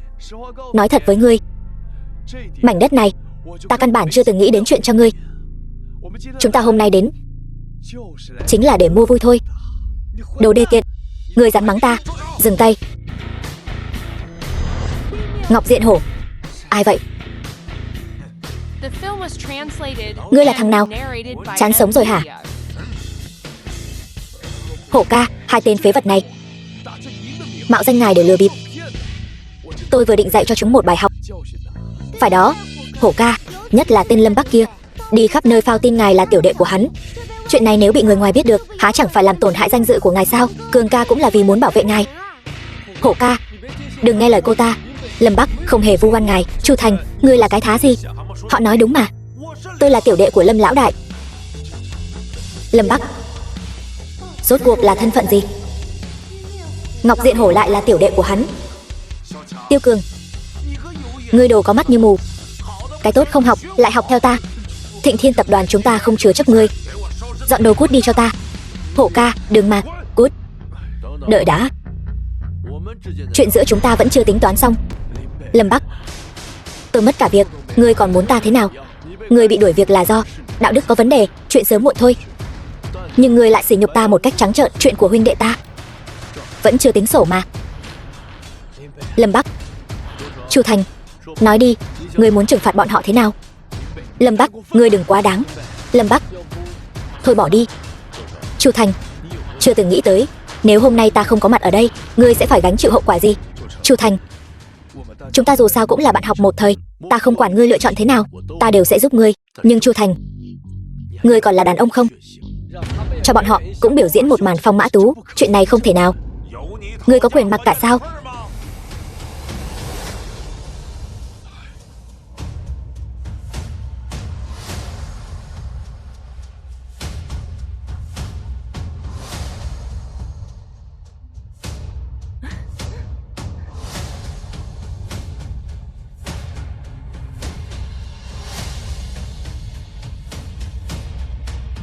Bác gia, có hài lòng không?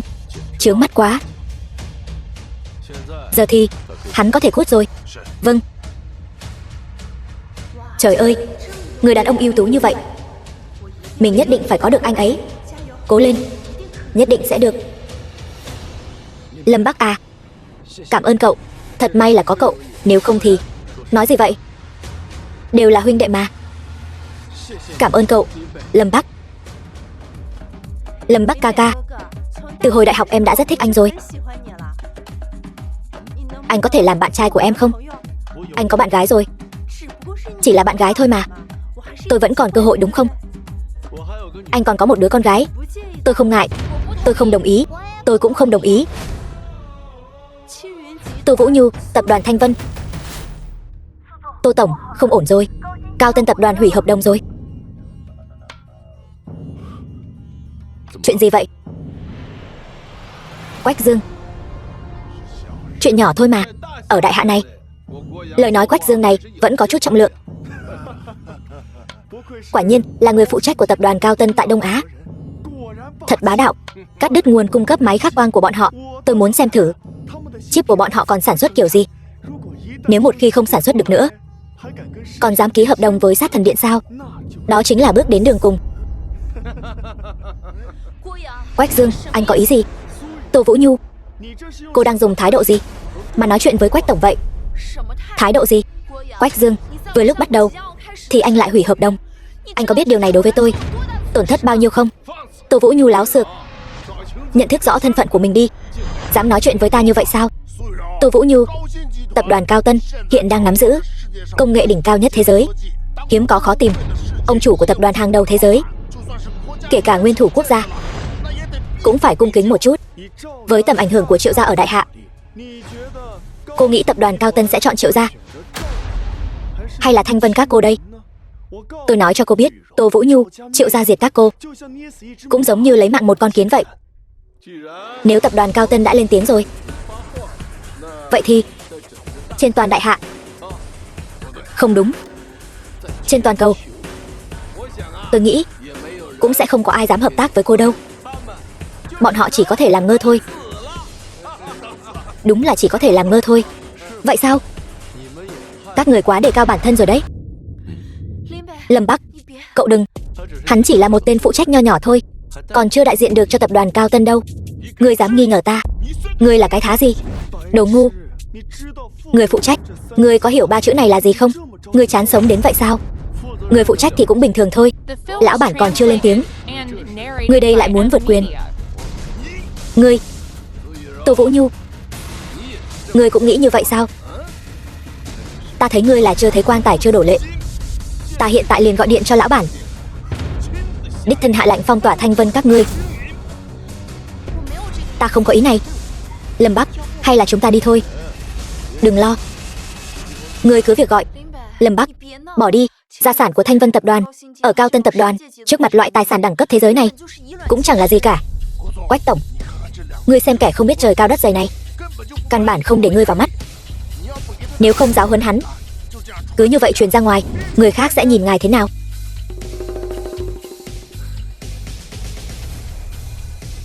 Sao vậy Quách Tổng? Gọi không được, không ai bắt máy. Hai tên phế vật này thật đúng là chó ngáp phải ruồi. Lâm Bắc, hay là chúng ta đi thôi. Đừng vội, hắn gọi không được đâu, ta gọi được.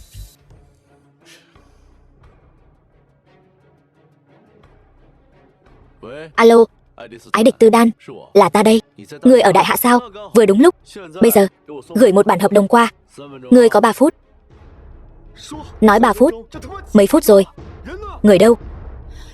Lâm Bắc, ngươi thật sự biết người đó sao? Mẹ ơi, đó là bạn tốt của ba. Ngươi cũng không tè một bãi soi mình xem. Lão bản Cao Tân là thân phận gì? Ngươi lại là thân phận gì? Bạn bè. Ngươi cũng xứng sao? Đúng là tên hề. Tô Vũ Nhu, chúng tôi rất bận. Bây giờ ta cho ngươi 2 lựa chọn.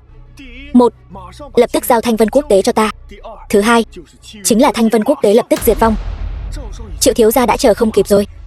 Ngươi mau chóng làm quyết định. Ta chọn điều thứ 3. Thanh Vân Quốc tế hợp tác với Cao Tân tập đoàn, lên một tầng cao mới. Đúng là mơ mộng hão huyền. Thôi được rồi, tên nhãi danh. Đến lúc nào rồi? Còn ở đây nói khoác. Lão bản của ta là nhân vật cỡ nào? Là ngươi muốn gặp là có thể gặp được sao? Ái địch tư đan, ông chủ tập đoàn Cao Tân.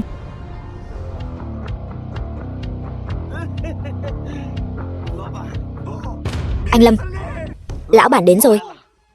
Anh Lâm, ngài vẫn anh tuấn như vậy. Ôi trời ơi, ngươi còn dám động tay động chân. Tin ta tát ngươi không? Ngươi láo xược. Đây chính là ông chủ tập đoàn Cao Tân của chúng tôi. Ngươi im miệng. Ngươi là cái thá gì? Dám nói chuyện với Lâm tiên sinh như vậy? Coi chừng ta cho ngươi ăn tát đấy. Lâm Bắc, đây chính là ông chủ của tập đoàn Cao Tân sao? Hợp đồng mang theo chưa? Mang theo rồi. Từ hôm nay trở đi, Thanh Vân Quốc tế miễn phí sử dụng tài nguyên của Cao Tân tập đoàn. Chuyện này thật sao? Đúng, nghe theo Lâm tiên sinh. Đừng mà, ông chủ. Điều này không thể.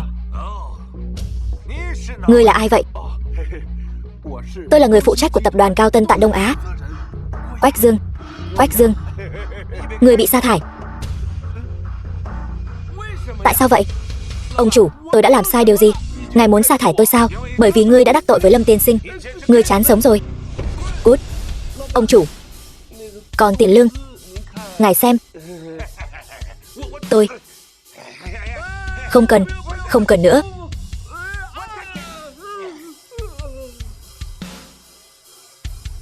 Ba,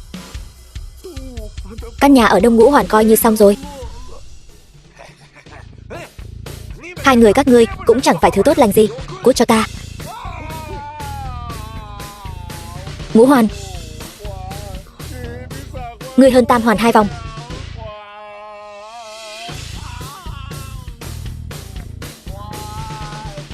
Ngũ Hoàn hơn Tứ Hoàn 1 vòng. Nào Diệu Diệu, chúng ta về thôi. Lâm Bắc, người rốt cuộc còn có bao nhiêu bí mật nữa? Người như hắn không thể nào là kẻ vô danh tiểu tốt. Tại sao ta không có chút tin tức nào? Vũ Nhu, ngươi đừng có ở đây giả bộ thân thiết nữa. Hay là ngươi không nỡ? Vì vốn dĩ Thanh Vân Quốc tế không thuộc về ngươi. Ngươi, Thanh Vân Quốc tế vốn dĩ là Tình Tuyết tặng cho con gái của nàng. Lúc trước Tô Tịch không có ở đây, ngươi làm quyền tổng tài thì ta không còn gì để nói. Nhưng bây giờ Tô Tịch đã trở về, ngươi chẳng lẽ thật sự muốn chiếm đoạt cổ phần này không buông sao? Phải đấy, làm người không thể vong ân bội nghĩa, vẫn nên giữ chút thể diện chứ. Nếu ngay cả thể diện cũng không cần, Thanh Vân chúng ta chẳng phải sẽ trở thành trò cười cho đại hạ sao? Vớ vẩn. Cổ phần này vẫn luôn là của Tô Tịch. Ta chưa từng nghĩ đến chuyện chiếm đoạt. Chỉ là Tô Tịch còn nhỏ tuổi, sợ con bé bị người ta lợi dụng thôi. Lợi dụng? Tôi thấy chính là cô muốn lợi dụng thì có. Chính chủ đã đến rồi, cô còn ở đây lằng nhằng cái gì? Cô muốn thừa cơ chuyển nhượng cổ phần của Tô Tịch, thao túng Thanh Vân Quốc tế. Cô thật độc ác. Ngươi, thôi đi. Cái tâm địa nhỏ nhen của cô mọi người đều rõ như lòng bàn tay. Cô đừng diễn nữa, mau ký hợp đồng bàn giao đi. Đừng có ngồi ý ra đó nữa. Tôi cần Tô Tịch đích thân nói với tôi. Vẫn chưa cam tâm mà. Thấy chưa? Tô Tịch à, con đó, hãy đích thân nói với bà chị độc ác này, để cô ta tỉnh mộng đi. Thanh Vân Quốc tế là của tôi. Đồ xấu xa, mau trả lại đây. Nghe chưa? Mau giao Thanh Vân ra đây. Tô Nghiêm, ngươi nôn nóng vậy sao? Đúng vậy, tôi đã chờ ngày này rất lâu rồi. Tô Vũ Nhu thật không ngờ, chỉ một tờ giấy nhỏ như vậy mà có thể đổi lấy cả thanh vân quốc tế. Thật lòng mà nói, tôi phải cảm ơn cô đấy. Quả thật, một tờ giấy chứng nhận giả mà có thể lừa được cả một tập đoàn. Triệu gia đúng là cao thủ. Ngươi đang nói gì vậy? Giả sao? Lâm Bắc, giấy trắng mực đen ghi rõ ràng. Ngươi cũng ở đây, ngươi nói giả là giả sao? Lâm Bắc à, ngươi chán sống rồi sao? Vũ Nhu, tôi hỏi cô, Thanh Vân đối với cô rất quan trọng phải không? Thanh Vân đối với tôi không quan trọng, nó vẫn luôn là của Tô Tịch. Chỉ là tiền mới là công cụ trả thù của tôi. 5 năm trước, cô ta đến chiến trường vực ngoại, đi tìm người đàn ông đó. Cuối cùng đến xác cũng không tìm được. Tôi hận người đàn ông đó. Tôi nhất định phải tìm hắn, nhất định phải lột da rút gân hắn. Mà Thanh Vân là cơ hội trả thù duy nhất của tôi. Được, tôi giúp cô, nhưng kết quả có thể không như cô mong muốn. Còn có thể tệ hơn bây giờ sao? Không thể nào chứ. Tô Vũ Nhu, đến lúc này rồi mà cô còn trông chờ hắn ta giúp cô sao? Thà cô tìm cái gì đó thực tế hơn. Nghĩ xem mình nên được chôn ở đâu đi. Cô ra, thôi đi. Bọn họ nhân chứng vật chứng đầy đủ, chúng ta không thể lật kèo được nữa rồi. Thôi, đừng nói nhảm nữa, mau ký hợp đồng này đi. Từ hôm nay trở đi, Thanh Vân đổi chủ. Tiếc là không như ý các ngươi.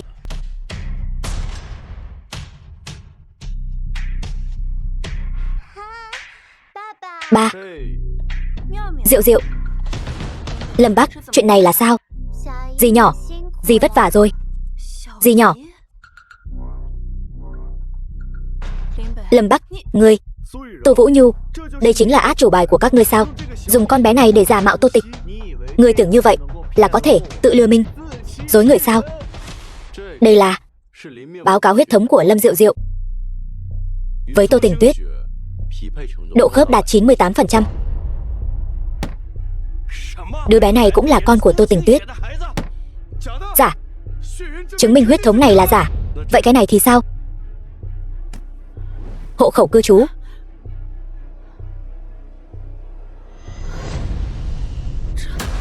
Không thể nào.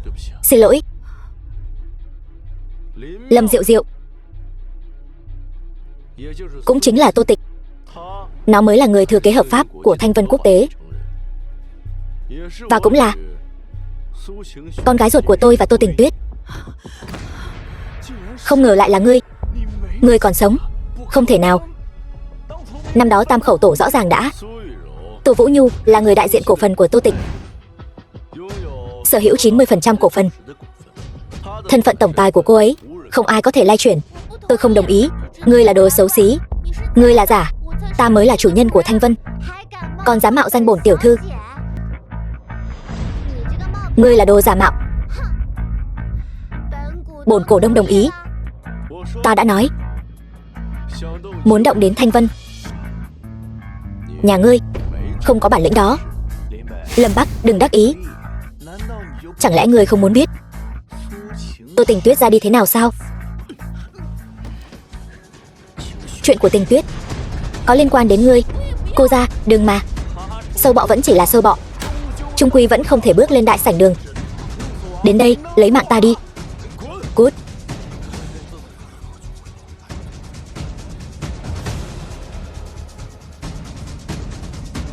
Vũ Nhu, cút cho ta. Đưa Diệu Diệu ra ngoài trước. Được. Diệu Diệu, ta cho ngươi một cơ hội lấy mạng ta. Đây là lần duy nhất ta làm việc ngoài kế hoạch.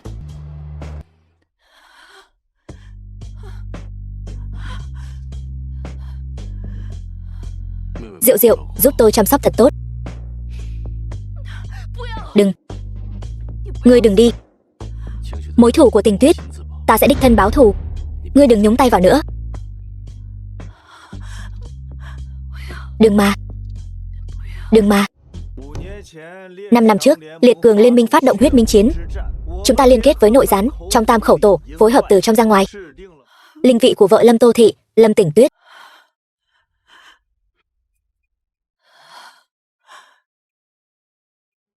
Ngươi có thể nói cho ta biết sự thật năm xưa không? Xin lỗi, bây giờ vẫn chưa thể nói hết cho ngươi biết. Thật sự không thể nói sao? Ta chỉ có thể nói là huyết minh chiến 5 năm trước đã có 1 triệu anh hùng đại hạ hy sinh. Chị của ngươi đã vô tình biết được chân tướng này và nói với ta, cuối cùng vẫn bị người xấu sát hại. Hung thủ là ai? Ta vẫn đang điều tra, nhưng ta sắp điều tra ra rồi. Tình Tuyết ơi, mẹ ơi, 5 năm ẩn danh đổi họ, ta sắp thành công rồi. Các ngươi yên tâm, Vũ Nhu sẽ chăm sóc tốt Diệu Diệu. Mấy đứa bây, đập nát chỗ này cho ta. Động tác nhanh lên, đừng lề mề nữa. Chậm trễ việc của Triệu công tử thì đừng trách tụi ta xử các ngươi. Lâm Thâm Chi, ngươi làm gì ở đây? Các ngươi đến làm gì? Không hiểu sao? Đập linh đường. Linh đường này là liệt tổ liệt tâm nhà họ Lâm. Ta hôm nay không chỉ đập linh đường mà còn phải vớt tro cốt của bọn họ. Ai bảo bọn họ cản ta? Lâm Thâm Chi, ngươi có biết mình đang làm gì không? Ngươi dám đánh ta? Tất cả là tại ngươi, ta mới phải chịu khổ. Hôm nay nếu không vớt tro cốt của bọn họ, người mất mạng chính là ta. Ngươi mất mạng rồi còn gây ra nhiều chuyện cho ta. Ta sẽ dừng tay. Ngươi muốn làm gì đó? Lâm Thâm Chi, ngươi hãy nghĩ cho kỹ. Đây là liệt tổ liệt tông nhà họ Lâm. Lâm Bắc, ta cảnh cáo ngươi, nếu ngươi còn dám cản trở ta, Triệu công tử và Bạch Hổ Bang sẽ không tha cho ngươi. Ta cho ngươi không thấy được mặt trời ngày mai. Lâm Bắc, ngươi hiểu chuyện thì tránh ra.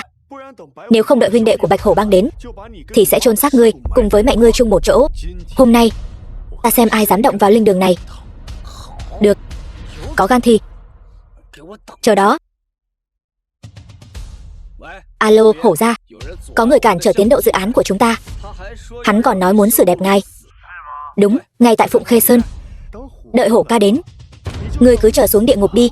Các ngươi tốt nhất nên dừng lại, nếu không cho dù Hổ gia đích thân đến cũng phải nể mặt chúng ta. Lâm Thâm Chi, ngươi thật sự phải làm vậy sao? Một đường đi đến cùng sao? Hù dọa ta sao? Triệu công tử là con trai của gia chủ Triệu gia, Bạch Hổ Bang càng là hoàng đế ngầm của Thiên Châu.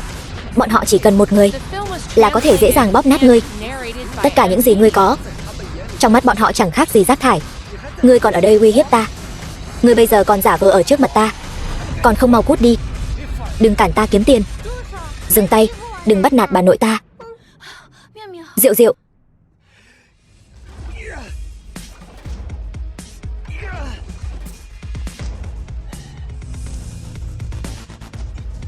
Lâm Thâm Chi, sự nhẫn nại của tôi có giới hạn.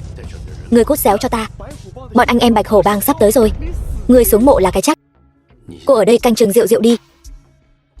Hôm nay ta sẽ nói cho ngươi biết, có vài người ngươi vĩnh viễn không thể đắc tội. Ngứa đòn hả? Mở to mắt ra mà nhìn cho kỹ. Đây là mẹ ngươi, là mẹ ruột nuôi ngươi từng miếng cơm manh áo. Mẹ cái gì mà mẹ, bà ấy đã qua đời rồi, còn có thể bò lên cắn ta sao? Ngươi nên lo cho bản thân mình trước đi. Ta cho ngươi thêm một cơ hội cuối cùng. Quỳ xuống khấu đầu tạ lỗi với mẹ. Xin lỗi mẹ. Khấu đầu. Đợi ngươi qua đời, ta sẽ khấu đầu cho ngươi. Đồ phế vật chỉ biết dựa dẫm đàn bà. Ngươi dựa vào cái gì mà dạy dỗ ta?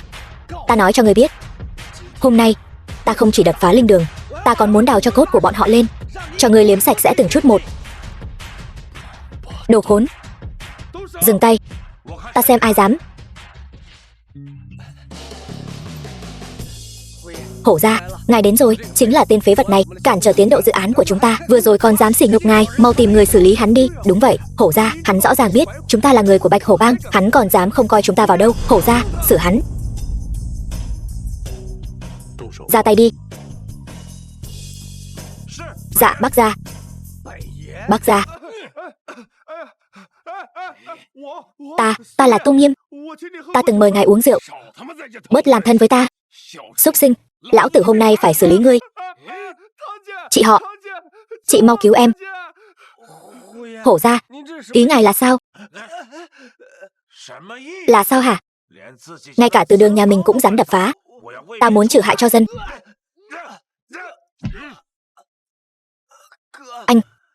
Anh là anh trai ta. Anh đừng để họ đánh ta nữa. Ta là em trai ruột của anh mà. Tiếp tục, không đánh đến sợ, không biết hối cải. Dạ.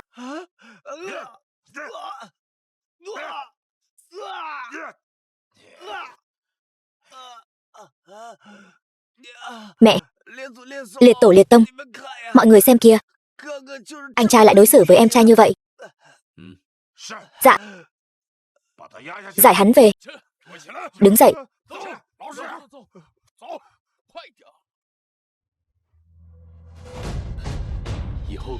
Sau này sửa đổi làm người cho tốt, không được dính líu gì đến Triệu gia nữa. Ta nói cho ngươi biết, đây là cơ hội cuối cùng của ngươi. Anh, đây là lần cuối cùng. Lần cuối cùng, ta không dám nữa. Đứng lại. Lau sạch bài vị của mẹ.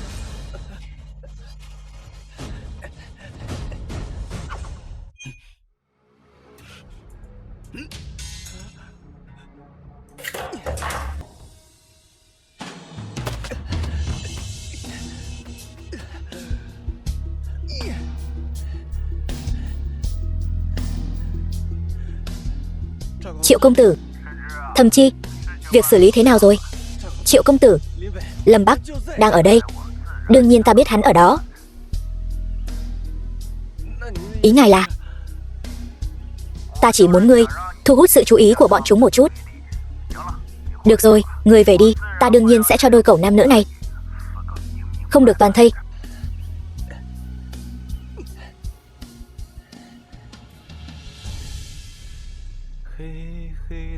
Bầu trời đen kịt xả xuống thấp. Bé con. Diệu Diệu. Suýt. Nhỏ tiếng thôi, kẻo làm con bé sợ. Ngươi yên tâm đi, cô ta luôn bị ta giam giữ. Triệu Long Phi, ngươi rốt cuộc muốn làm gì? Quả nhiên là chị em. Bị trói mà nói năng y hệt nhau. Ý ngươi là sao? Vũ Nhu, ngươi đoán xem, tại sao Tô Tình Tuyết lại qua đời? Không lẽ là các ngươi sát hại? Thông minh đấy. Nhưng trách thì trách người đàn bà kia, dám nghe lén mưu đồ của ta và Tam Khẩu Tổ, còn chạy đến chiến trường báo tin. Kế hoạch vốn vạn sự như ý đã để cô ta làm cho hỏng bét. Nhưng không sao, qua đêm nay mọi sơ hở sẽ tan thành mây khói. Triệu gia ta sẽ không ai cản nổi. Tại sao các ngươi lại làm vậy? Đương nhiên là vì Triệu gia ta có thể thống nhất đại hạ. Ngày mai sau lễ kế nhiệm, Triệu gia ta sẽ bay lên trời cao. Khi đó cha ta sẽ là điện chủ, và Triệu gia ta sẽ thống nhất đại hạ. Tránh ra, cái tên bán nước này. Giao cho ngươi. Quỹ Vũ Nhẫn Đông. Khoan đã. Chúng ta đã nói rõ rồi, đợi Triệu gia thành sự, đại hạ sẽ cắt nhượng 1/5 lãnh thổ cho Tam Khẩu Tổ. Yên tâm, chuyện nhỏ. Triệu Long Phi, tên bán nước cờ hó hán gian, ngươi sẽ không được toàn thây. Tô Vũ Nhu, ngươi vẫn còn mong đợi Lâm Bắc, tên nhóc đó đến cứu ngươi sao? Chúng ta cũng rất mong hắn ta đến. Hôm nay Tam Khẩu Tổ đã giang thiên la địa võng ở đây. Tên nhóc Lâm Bắc kia nếu dám đến, chúng ta sẽ cho hắn ta một đi không trở lại. Nơi đây sẽ là nấm mồ cuối cùng của hai người. Đi thôi, lòng thiếu.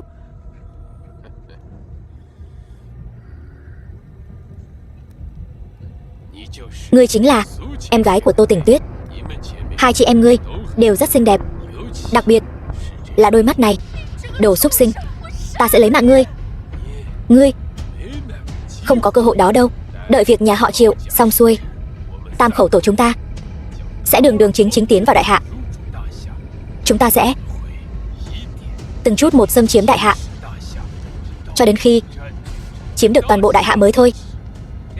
Đồ xấu xa, cha ta nhất định sẽ bắt được ngươi. Đội trưởng có nghe không? Hắn tới rồi kia. Hành động theo kế hoạch. Hôm nay chính là ngày tử của hắn. Trận chiến huyết minh 5 năm trước, ta nhận lệnh ám sát điện chủ đại hạ. Hắn yếu ớt vô cùng, qua đời ngay tức khắc dưới lưỡi dao của ta, cứ như mổ heo vậy. Những kẻ còn lại đều bị ta tiêu diệt hết, máu chảy thành sông. Đây là chiến tích vĩ đại nhất, đủ để ghi vào sử sách. Chỉ là thủ đoạn bẩn thỉu không dám lộ ra mà thôi. cũng xứng gọi là vĩ đại. Thật là hoang tưởng, đây chẳng phải là binh pháp của đại hạ các ngươi sao? Đêm nay còn dài lắm, chi bằng để ta hưởng thụ trước đã. Ngươi muốn làm gì? Ngươi đừng tới đây. Đồ xấu xa, buông dì ta ra. Tổ trưởng. Tổ trưởng, các thành viên khác của chúng ta đều biến mất rồi. Tổ trưởng, bọn chúng đến bao nhiêu người? Chỉ có một thôi, đội trưởng. Chỉ một người. Cái gì? Chỉ một người? Lũ vô dụng. Đừng. Alo, có ai không? Cha tới rồi. Đừng kêu nữa, tất cả đều mất mạng rồi. Diệu Diệu, cha, hắn bắt nạt con. Cá đã cắn câu.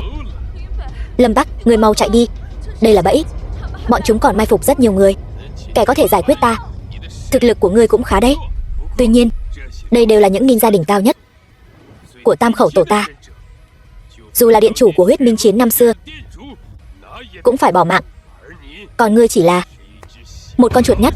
Lâm Bắc, ngươi mau chạy đi, quay về nói với sát thần điện. Huyết minh chiến năm xưa, chị ta và tất cả các tướng sĩ đều bị nhà họ Triệu cấu kết với tam khẩu tổ hãm hại. Ngươi nói gì? Đã đến rồi thì đừng hòng đi. Ngươi chính là người đàn ông của kẻ có đôi mắt mà ta đã cất giữ sao? Ngươi có biết lúc cô ta hấp hối, cô ta đã kêu gào điều gì không? Lâm Bắc ơi, Lâm Bắc,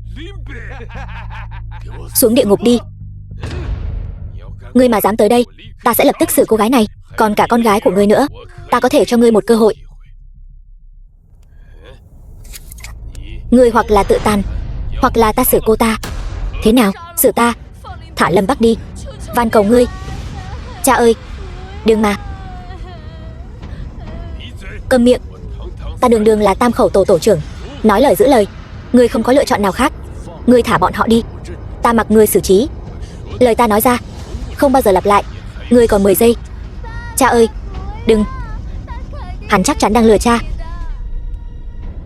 The film was translated and narrated by M Media. Đồ ngốc, xử hắn đi.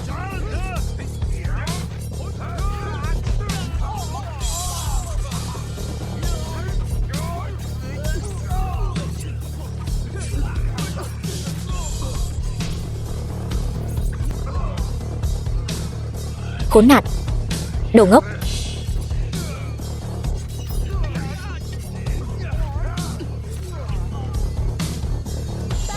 Cha giỏi quá.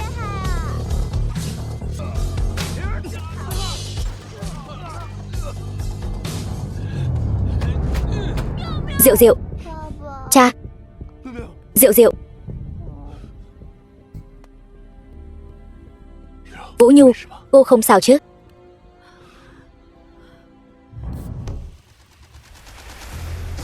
Ta muốn bay lên phía trước.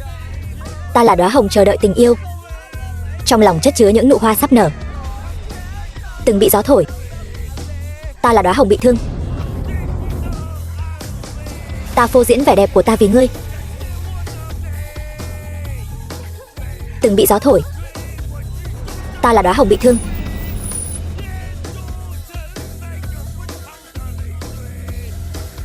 Ai vậy? Gì cơ, muốn đi qua đây hả? Ta nói cho người biết, con đường này không thông, cút ngay cho ta, đi chỗ khác chơi đi. Chuyện gì vậy? Lưu Thiên con Lưu Năng. Anh em, có chuyện gì sao? Anh em, bảo người của anh tránh đường cho tôi, con gái tôi bị thương nặng, cần phải đến bệnh viện.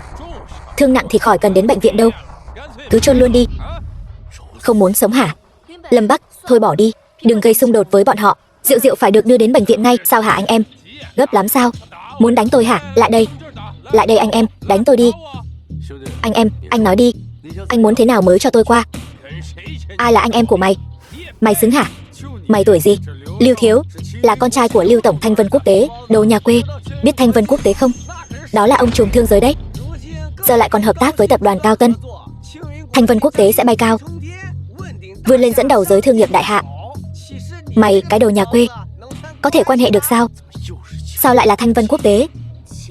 Thanh Vân Quốc tế? Anh nói anh là Lưu Tổng của Thanh Vân Quốc tế, con trai của Lưu Năng. Câm miệng, đại danh của Lưu Tổng cũng là thứ mày có thể gọi thẳng ra sao? Con khốn, mau xin lỗi Lưu tổng chúng tôi. Người đẹp, cô có biết ba tôi không? Cô là ai? Tôi chính là chủ tịch của Thanh Vân Quốc tế, Tô Vũ Nhu. Cái gì? Cô là Tô Vũ Nhu? Nếu bây giờ các người tránh ra, tôi có thể coi như chẳng có chuyện gì xảy ra cả. Nếu Diệu Diệu thật sự có mệnh hệ gì, các người gánh không nổi đâu. Cô, tổng tài Thanh Vân Quốc tế, nằm mơ hả? Cô tưởng biết tên là có thể mạo danh tổng tài rồi sao? Lừa người lừa đến tận đầu Lưu tổng chúng tôi, thật là đáng xuống mồ. Một đứa lừa đảo, một đứa vô dụng, thật là xứng đôi vừa lứa. Tuy tôi chưa từng gặp vị nữ tổng tài này, nhưng tôi có nghe nói cô ấy vẫn độc thân. Sao lại có con được? Hơn nữa lại là đứa trẻ lớn thế này. Cô gái, cô bị chuyện thì cũng phải bịa ra cái lý do nào cho nó giống thật chứ. Các người có tránh ra hay không?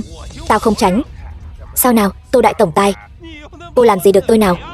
Lưu Năng, tôi cho anh 3 phút, mau tới đây cho tôi. Nếu không thì đừng ngồi ở cái ghế đó nữa. Con nhỏ này diễn cũng nhập tâm ghê. 3 phút, cô thật sự tưởng mình là Tô tổng tài sao? Được, tôi đợi cô 3 phút. Nếu 3 phút mà ba tôi không đến, tôi thấy con nhỏ này cũng xinh xắn đấy chứ. Tôi còn chưa chơi với tổng tài bao giờ. Tối nay cô ở lại chơi với anh em bọn tao. Thế nào? Lại đây, lại đây. Cái thằng này láo. Mày,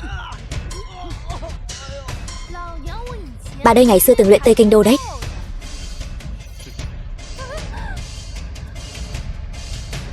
Vẫn là công phu Trung Quốc lợi hại hơn. Đồ vô dụng. Tao nói cho mày biết, ba tao là Thanh Vân Quốc tế, ba tao là Lưu tổng. Mày còn dám đánh tao? Ba tao là Lưu tổng Thanh Vân Quốc tế. Ba tao đến rồi. Mày sẽ... Ba mày đến rồi, tao vẫn cứ đánh.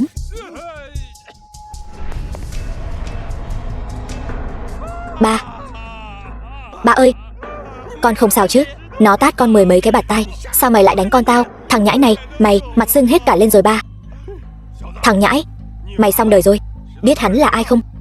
Đây chính là ba tao. Mày mau quỳ xuống, dập đầu tạ lỗi cho tao. Nếu không tao sẽ trước mặt mày chơi phụ nữ của mày, còn cho con gái bệnh tật của mày chôn cùng với mày. Dám đánh con trai tao hả? Tao nói cho mày biết, hôm nay tao sẽ cho mày biết thế nào là sống không bằng mất mạng.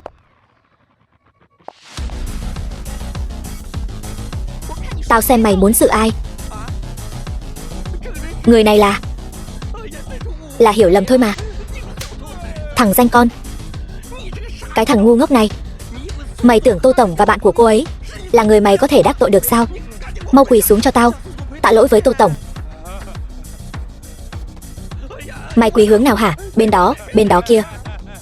Tô tổng, còn vị tiên sinh này nữa, là tôi có mắt như mù. Đắc tội với ngài đại nhân đại lượng bỏ qua cho kẻ tiểu nhân, bụng tể tướng to như thuyền, coi tôi như cái rắm mà thả đi. Mau lái chiếc xe ra khỏi đây cho tao. Nếu Diệu Diệu có chuyện gì, chúng mày mất mạng vạn lần cũng không đủ. Vâng, đi ngay. Được, rời đi ngay. Nhanh lên. Lưu Năng, tôi với thân phận chủ tịch Thanh Vân thông báo cho anh biết, tất cả chức vụ của anh ở Thanh Vân toàn bộ bãi miễn. Không, Tô tổng, cô không thể. Tô tổng, đừng đi. Ba, cô ấy đi rồi. Xong rồi. Tiêu đời rồi. Xong hết rồi. Sao lại xong hết rồi? Còn phải hỏi sao? Tô tổng bãi miễn hết chức vụ của tôi rồi. Tiền của ta, nhà của ta đều mất hết. Sau này, ngày tháng của chúng ta không sống nổi nữa rồi. Lễ kế vị, Triệu công tử, Tam khẩu tổ nói sao? Yên tâm. Tam khẩu tổ nói, Lâm Bắc tự kết liễu bản thân. Tô Vũ Nhu bị nổ tung. Bây giờ, tất cả chướng ngại vật đều đã bị dọn sạch. Triệu gia ta có thể yên tâm rồi. Tốt quá. Ngày kế nhiệm đại điển cũng là ngày Triệu gia ta thống nhất đại hạ. Mày cuối cùng cũng mất mạng rồi. Không còn ai cản trở ta nữa. Này Triệu công tử, Thanh Vân tập đoàn, ngài định xử lý thế nào? Lâm Bắc và Tô Vũ Nhu không biết điều. Ta muốn đưa con gái của hắn vào Triệu gia làm nô lệ. Còn Thanh Vân Quốc tế sao? Sẽ giao cho hai cha con các ngươi quản lý. Cảm ơn Triệu công tử. Cảm ơn. Tốt. Tốt lắm. Long Phi làm tốt lắm. Triệu Mục Biên, gia chủ Triệu gia. Cha, đều là cha dạy dỗ tốt. Chúc mừng cha chấp trưởng Sát Thần Điện, trở thành chúa tể đại hạ. Chúc mừng. Chuyện này còn quá sớm đấy. Tế Thần Điện còn có tứ đại võ thần rất trung thành với tiền nhiệm điện chủ. Bọn chúng không trừ tâm ta. Có an. Cha cứ yên tâm. Những thứ này con đều giúp cha giải quyết rồi. Con đã liên hợp với Tam Khẩu Tổ. Hôm nay nơi đây chính là nơi chôn thân của bọn chúng. Tốt. Đi thôi. Mời.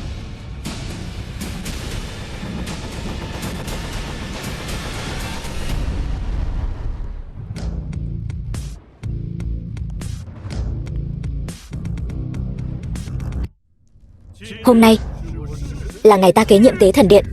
Mời công chúa Liên Hiệp Vương quốc Tố Phi Á làm chứng.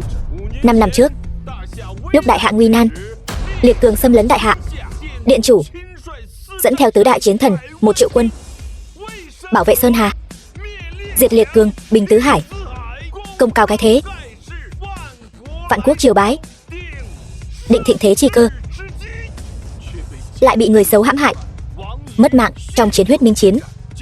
Hôm nay nghi thức kế nhiệm, tôi sẽ ghi nhớ lời thề Tế Thần Điện. Người phạm đại hạ ta tiêu diệt hết, tiêu diệt hết, tiêu diệt hết. 5 năm trước, điện chủ bị người xấu sát hại, nhưng Tế Thần Điện không thể quần long vô thủ. Vị trí điện chủ là có người thích hợp. Tiếp theo, mời chư vị tướng sĩ cùng nhau tiến cử tân nhiệm điện chủ Tế Thần Điện. Trở thành điện chủ Tế Thần Điện nhất định là người có công với đại hạ. 5 năm trước, huyết minh chiến đó, nếu không nhờ Triệu gia hết sức hỗ trợ, dưới sự ám sát của Tam Khẩu Tổ, cứu lấy lực lượng cuối cùng của đại hạ, sao có được đại hạ thịnh thế như ngày nay. Bao nhiêu năm qua, nhà họ Triệu có rất nhiều nhân tài, tất cả đều là trụ cột của đại hạ. Đại hạ có Triệu gia, Sơn Hà ắt định. Chúng tôi nhất trí tiến cử Triệu gia chủ trở thành tân điện chủ. Chư vị tướng sĩ quá khen rồi. Năm đó, trận chiến Tế Thần là binh sĩ liều mình đổi lấy một tia sinh cơ. Những tướng sĩ xả thân quên mình đó, bọn họ và điện chủ mới là anh hùng chân chính. Hôm nay, vị trí điện chủ này, ta Triệu Mục Biên không thể nhận lấy. Triệu gia chủ, ngài quá khiêm tốn rồi. Người đại hạ nào mà không biết, ngài là công thần lớn nhất của đại hạ. Nếu vị trí điện chủ này mà ngài không xứng, vậy thì còn ai xứng nữa? Nếu chư vị đã nói như vậy, ta Triệu Mục Biên nếu còn từ chối thì có vẻ giả tạo. Vậy thì cung kính không bằng tuân mệnh. Triệu gia chủ, đây là Đồ Long đao, là quốc vận đại hạ chúng ta. Đao này là bội đao của điện chủ, có linh khí bên trong. Chỉ có người phẩm hạnh cao thượng và lo cho chúng sinh mới có thể rút được đao này. Triệu gia chủ nếu được đao này công nhận, liền có thể trở thành điện chủ kế nhiệm. Được.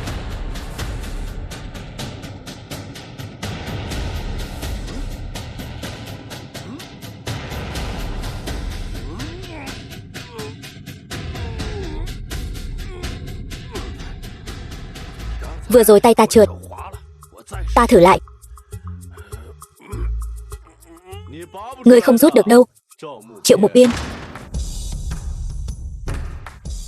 Đừng phí sức nữa, Triệu Mục Biên. Đồ Long đao, ngươi không rút ra được đâu.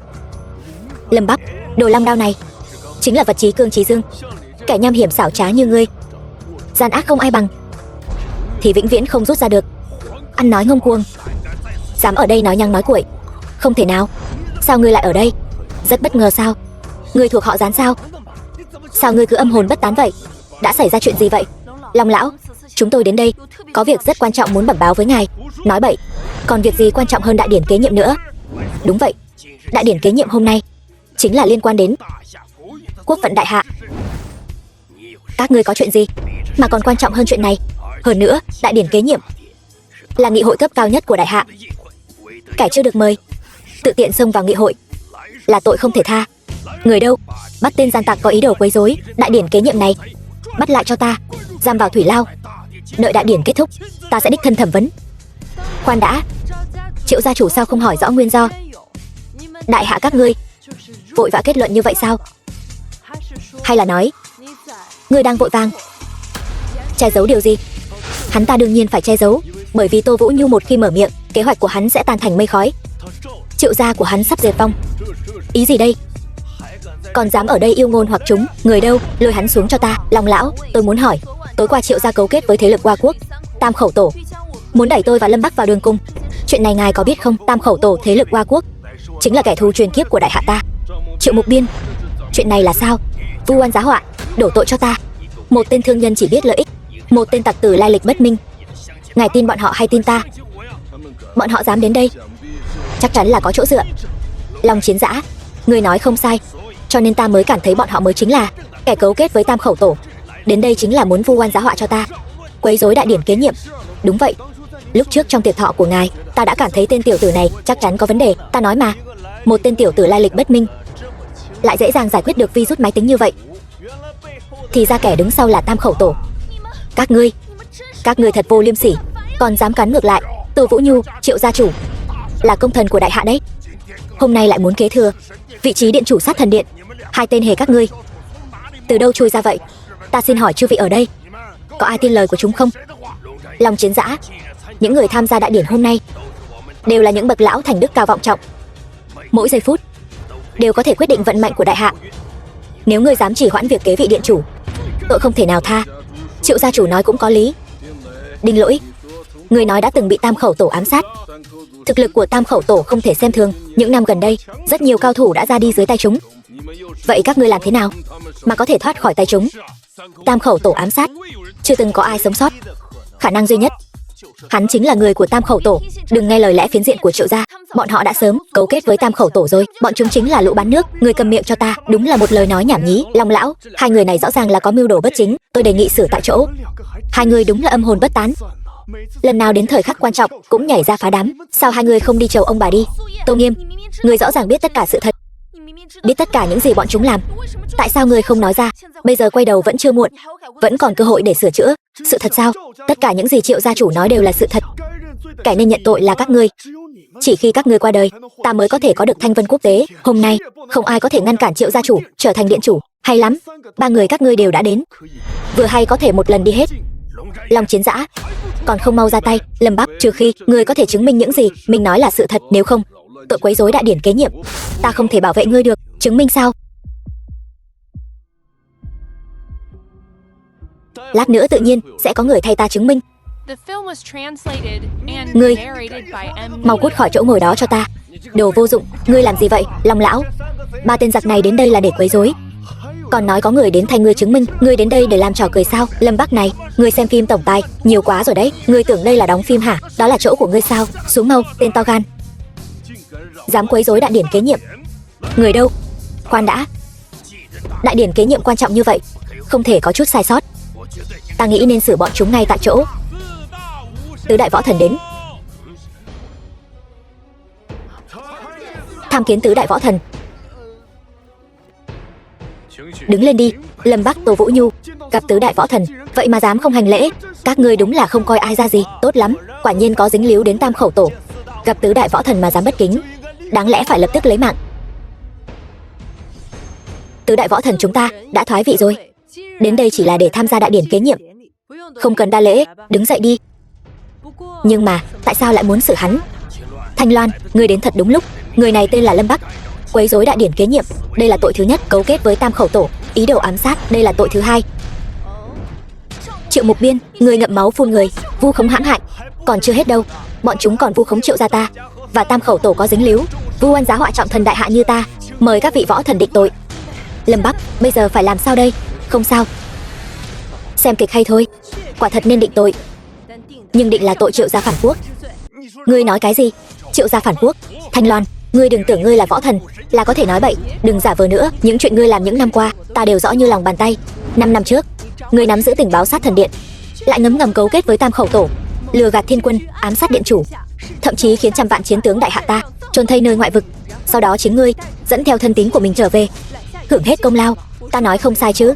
Triệu Mục Biên, khó trách năm đó điện chủ thân chinh, trăm trận trăm thắng, uy danh lừng lẫy, liệt cường đều nghe danh mà kinh sợ. Sao lại có thể bại trận trên đường hồi quốc? Vị trí điện chủ, nếu để loại người bất nhân bất nghĩa, bất trung bất hiếu như ngươi làm, thì đại hạ ta mới thật sự là xong đời. Triệu Mục Biên, nên kết thúc rồi. Chúng tướng sĩ, bắt Triệu Mục Biên cho ta. Chuyện gì vậy? Sao còn chưa bắt người Triệu gia? Các người muốn bắt ta, chẳng phải đang nằm mơ sao? Chuyện gì thế này? Đều không nghe Thanh Loan võ thần nói gì sao? Long Chiến Dã, chắc ngươi chưa hiểu rõ tình hình rồi. 5 năm qua, ta và liệt cường ngoại vực đã thiết lập quan hệ hợp tác. Hiện giờ Bọn chúng đều đã biết tin tức điện chủ không còn nữa, hiện đang dục dịch mài đao ứng chiến. Chỉ có ta mới có thể duy trì sự ổn định của ngoại vực. Triệu gia diệt vong, đại hạ sẽ lại bị bọn chúng tấn công. Đến lúc đó các ngươi đều phải toi đời, đại hạ cũng sẽ vong quốc. Thế nào, bây giờ còn dám đến xử ta không? Cái gì? Ngươi không chỉ cấu kết với Tam Khẩu Tổ mà lại còn cấu kết với địch quốc. Triệu Mục Biên, trong mắt ngươi còn có an nguy của đại hạ không? Cái tên phản quốc này, ngươi phải đi chầu ông bà. Ngươi tuổi gì hả? Đại hạ có Triệu gia mới là đại hạ ta muốn. Đại hạ không có Triệu gia, tồn vong hay không thì liên can gì đến ta? Bây giờ điện chủ đã qua đời, đã không còn ai có thể áp chế dã tâm của liệt cường ngoại vực. Đại hạ muốn sống chỉ có thể dựa vào ta. Bằng việc các ngươi hết lần này đến lần khác cản trở đại nghiệp của Triệu gia ta. Tốt lắm, rất tốt. Ngay lập tức ta sẽ cho các ngươi biết cảm giác sống không bằng hóa vàng. Thật không ngờ đường đường đại hạ mà lại có kẻ trơ trẽn vô sỉ đến vậy. Chẳng lẽ bây giờ thật sự không còn cách nào sao? Hắn nói đúng, điện chủ đã qua đời rồi, không còn ai có thể áp chế liệt cường nữa. Triệu Mục Biên, hắn ta đem sự sống còn của đại hạ hoàn toàn trói buộc vào bản thân mình, đặt vào thế bất bại. Nếu như các ngươi đã biết hết rồi, vậy thì cung kính mời chư vị đi đầu thai đi, để bảo vệ thời thịnh vượng của đại hạ ta. Mấy người mù hết rồi sao? Ba tôi đang ngồi ở vị trí này, đương nhiên là điện chủ rồi. Nhóc con nói gì vậy? Nhãi danh, cơm có thể ăn bậy, nhưng nói không thể nói bậy đâu. Chắc là nhóc xem phim nhiều quá nên đầu óc bị tưng tưng rồi. Một tên bảo vệ thối tha như ngươi, một tháng chưa được 4.000 mà điện chủ gì chứ? Chủ tiệm tạp hóa thì có.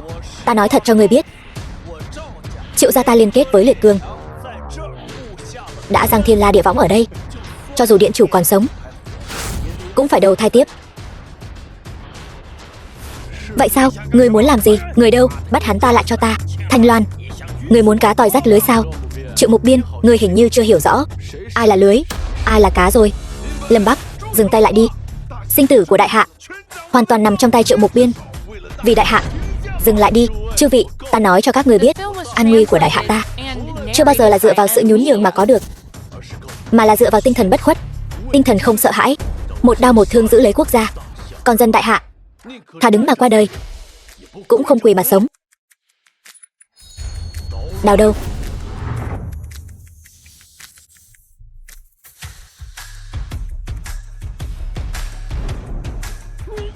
Cái gì? Tuyệt đối không thể nào. Ngươi tham kiến điện chủ.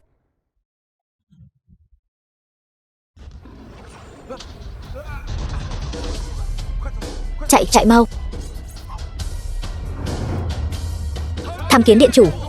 Đồ long đao bay thẳng ra luôn rồi. Lâm Bắc là điện chủ. Lâm Bắc, tôi đợi anh ở dưới gốc cây táo tàu. Thì ra là vậy, ngươi chính là điện chủ Sát Thần Điện năm xưa. Khó trách tỷ tỷ ta lại cam tâm tình nguyện đi theo ngươi.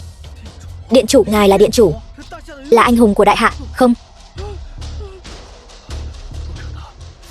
Sao có thể? Nếu hắn ta là điện chủ, vậy kế hoạch của Triệu gia chẳng phải là đổ sông đổ biển hết sao? Thì ra là vậy. Đại hạ của ta thật sự không nên diệt vong. 5 năm qua, tôi vì tìm kiếm sự thật của sự việc mà vẫn luôn che giấu thân phận, vất vả cho ngươi bấy lâu nay, duy trì hoạt động của Sát Thần Điện. Lão tướng, không vất vả, chỉ cần ngài có thể trở về, tất cả những điều này đều xứng đáng. Triệu Mục Biên, ngươi còn gì để nói? Lâm Bắc, ngươi quả thực nằm ngoài dự liệu của ta, nhưng hiện tại sinh tử của cả đại hạ vẫn nằm trong tay ta. Ta đi thì đại hạ vong, ngươi dám dùng quốc vận để đánh cược một ván sao? Quốc vận của đại hạ sao lại để loại tiểu nhân như ngươi chi phối? Diệt trừ sâu mọt như ngươi, đại hạ sẽ càng thêm phồn vinh thịnh vượng. Nếu đã như vậy, vậy thì ngươi hãy chầu ông bà đi. Lâm Bắc, lần trước để ngươi trốn thoát, hôm nay chính là ngày giỗ của ngươi. Xử hắn.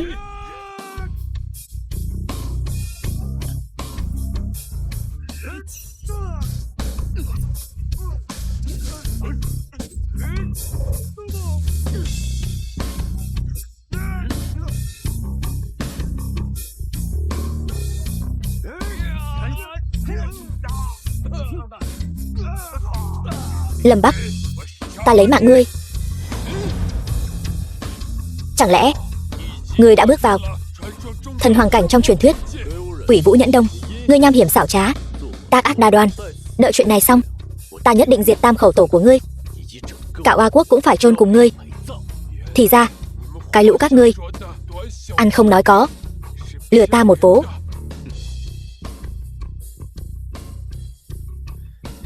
Còn về Giang gia và Triệu gia,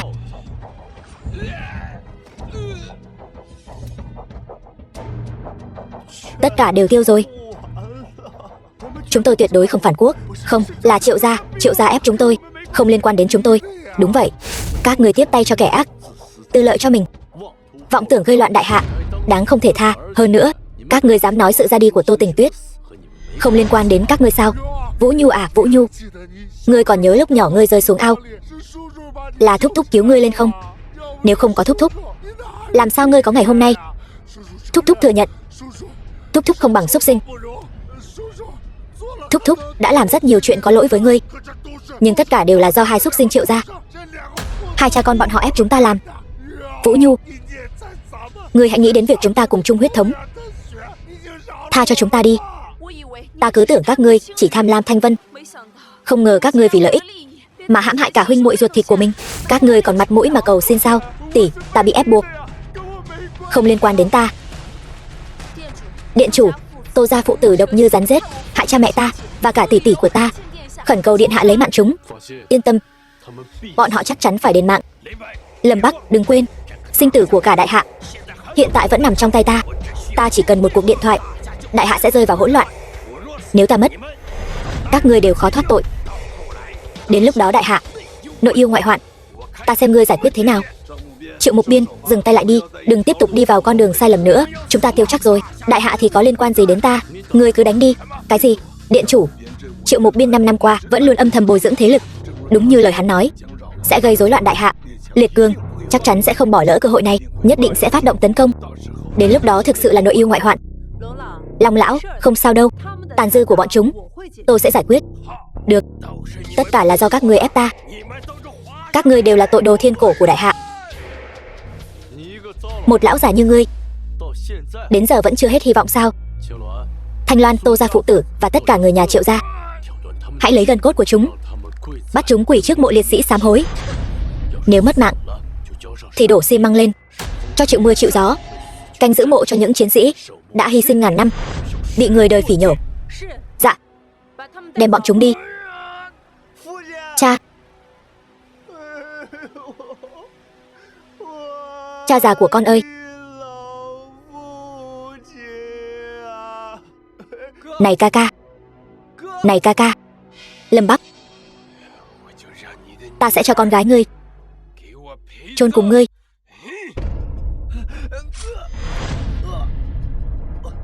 Thâm Chi, Thâm Chi ơi, mau gọi y sĩ. Ngươi thế nào rồi? Thâm Chi, ca, là đệ sai rồi. Xin lỗi ca.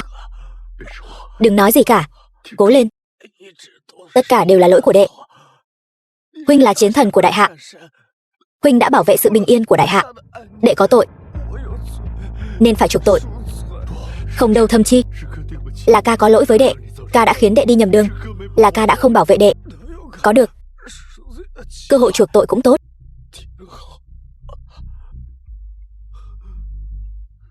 Thâm Chi, 3 ngày sau ta sẽ san bằng Oa quốc.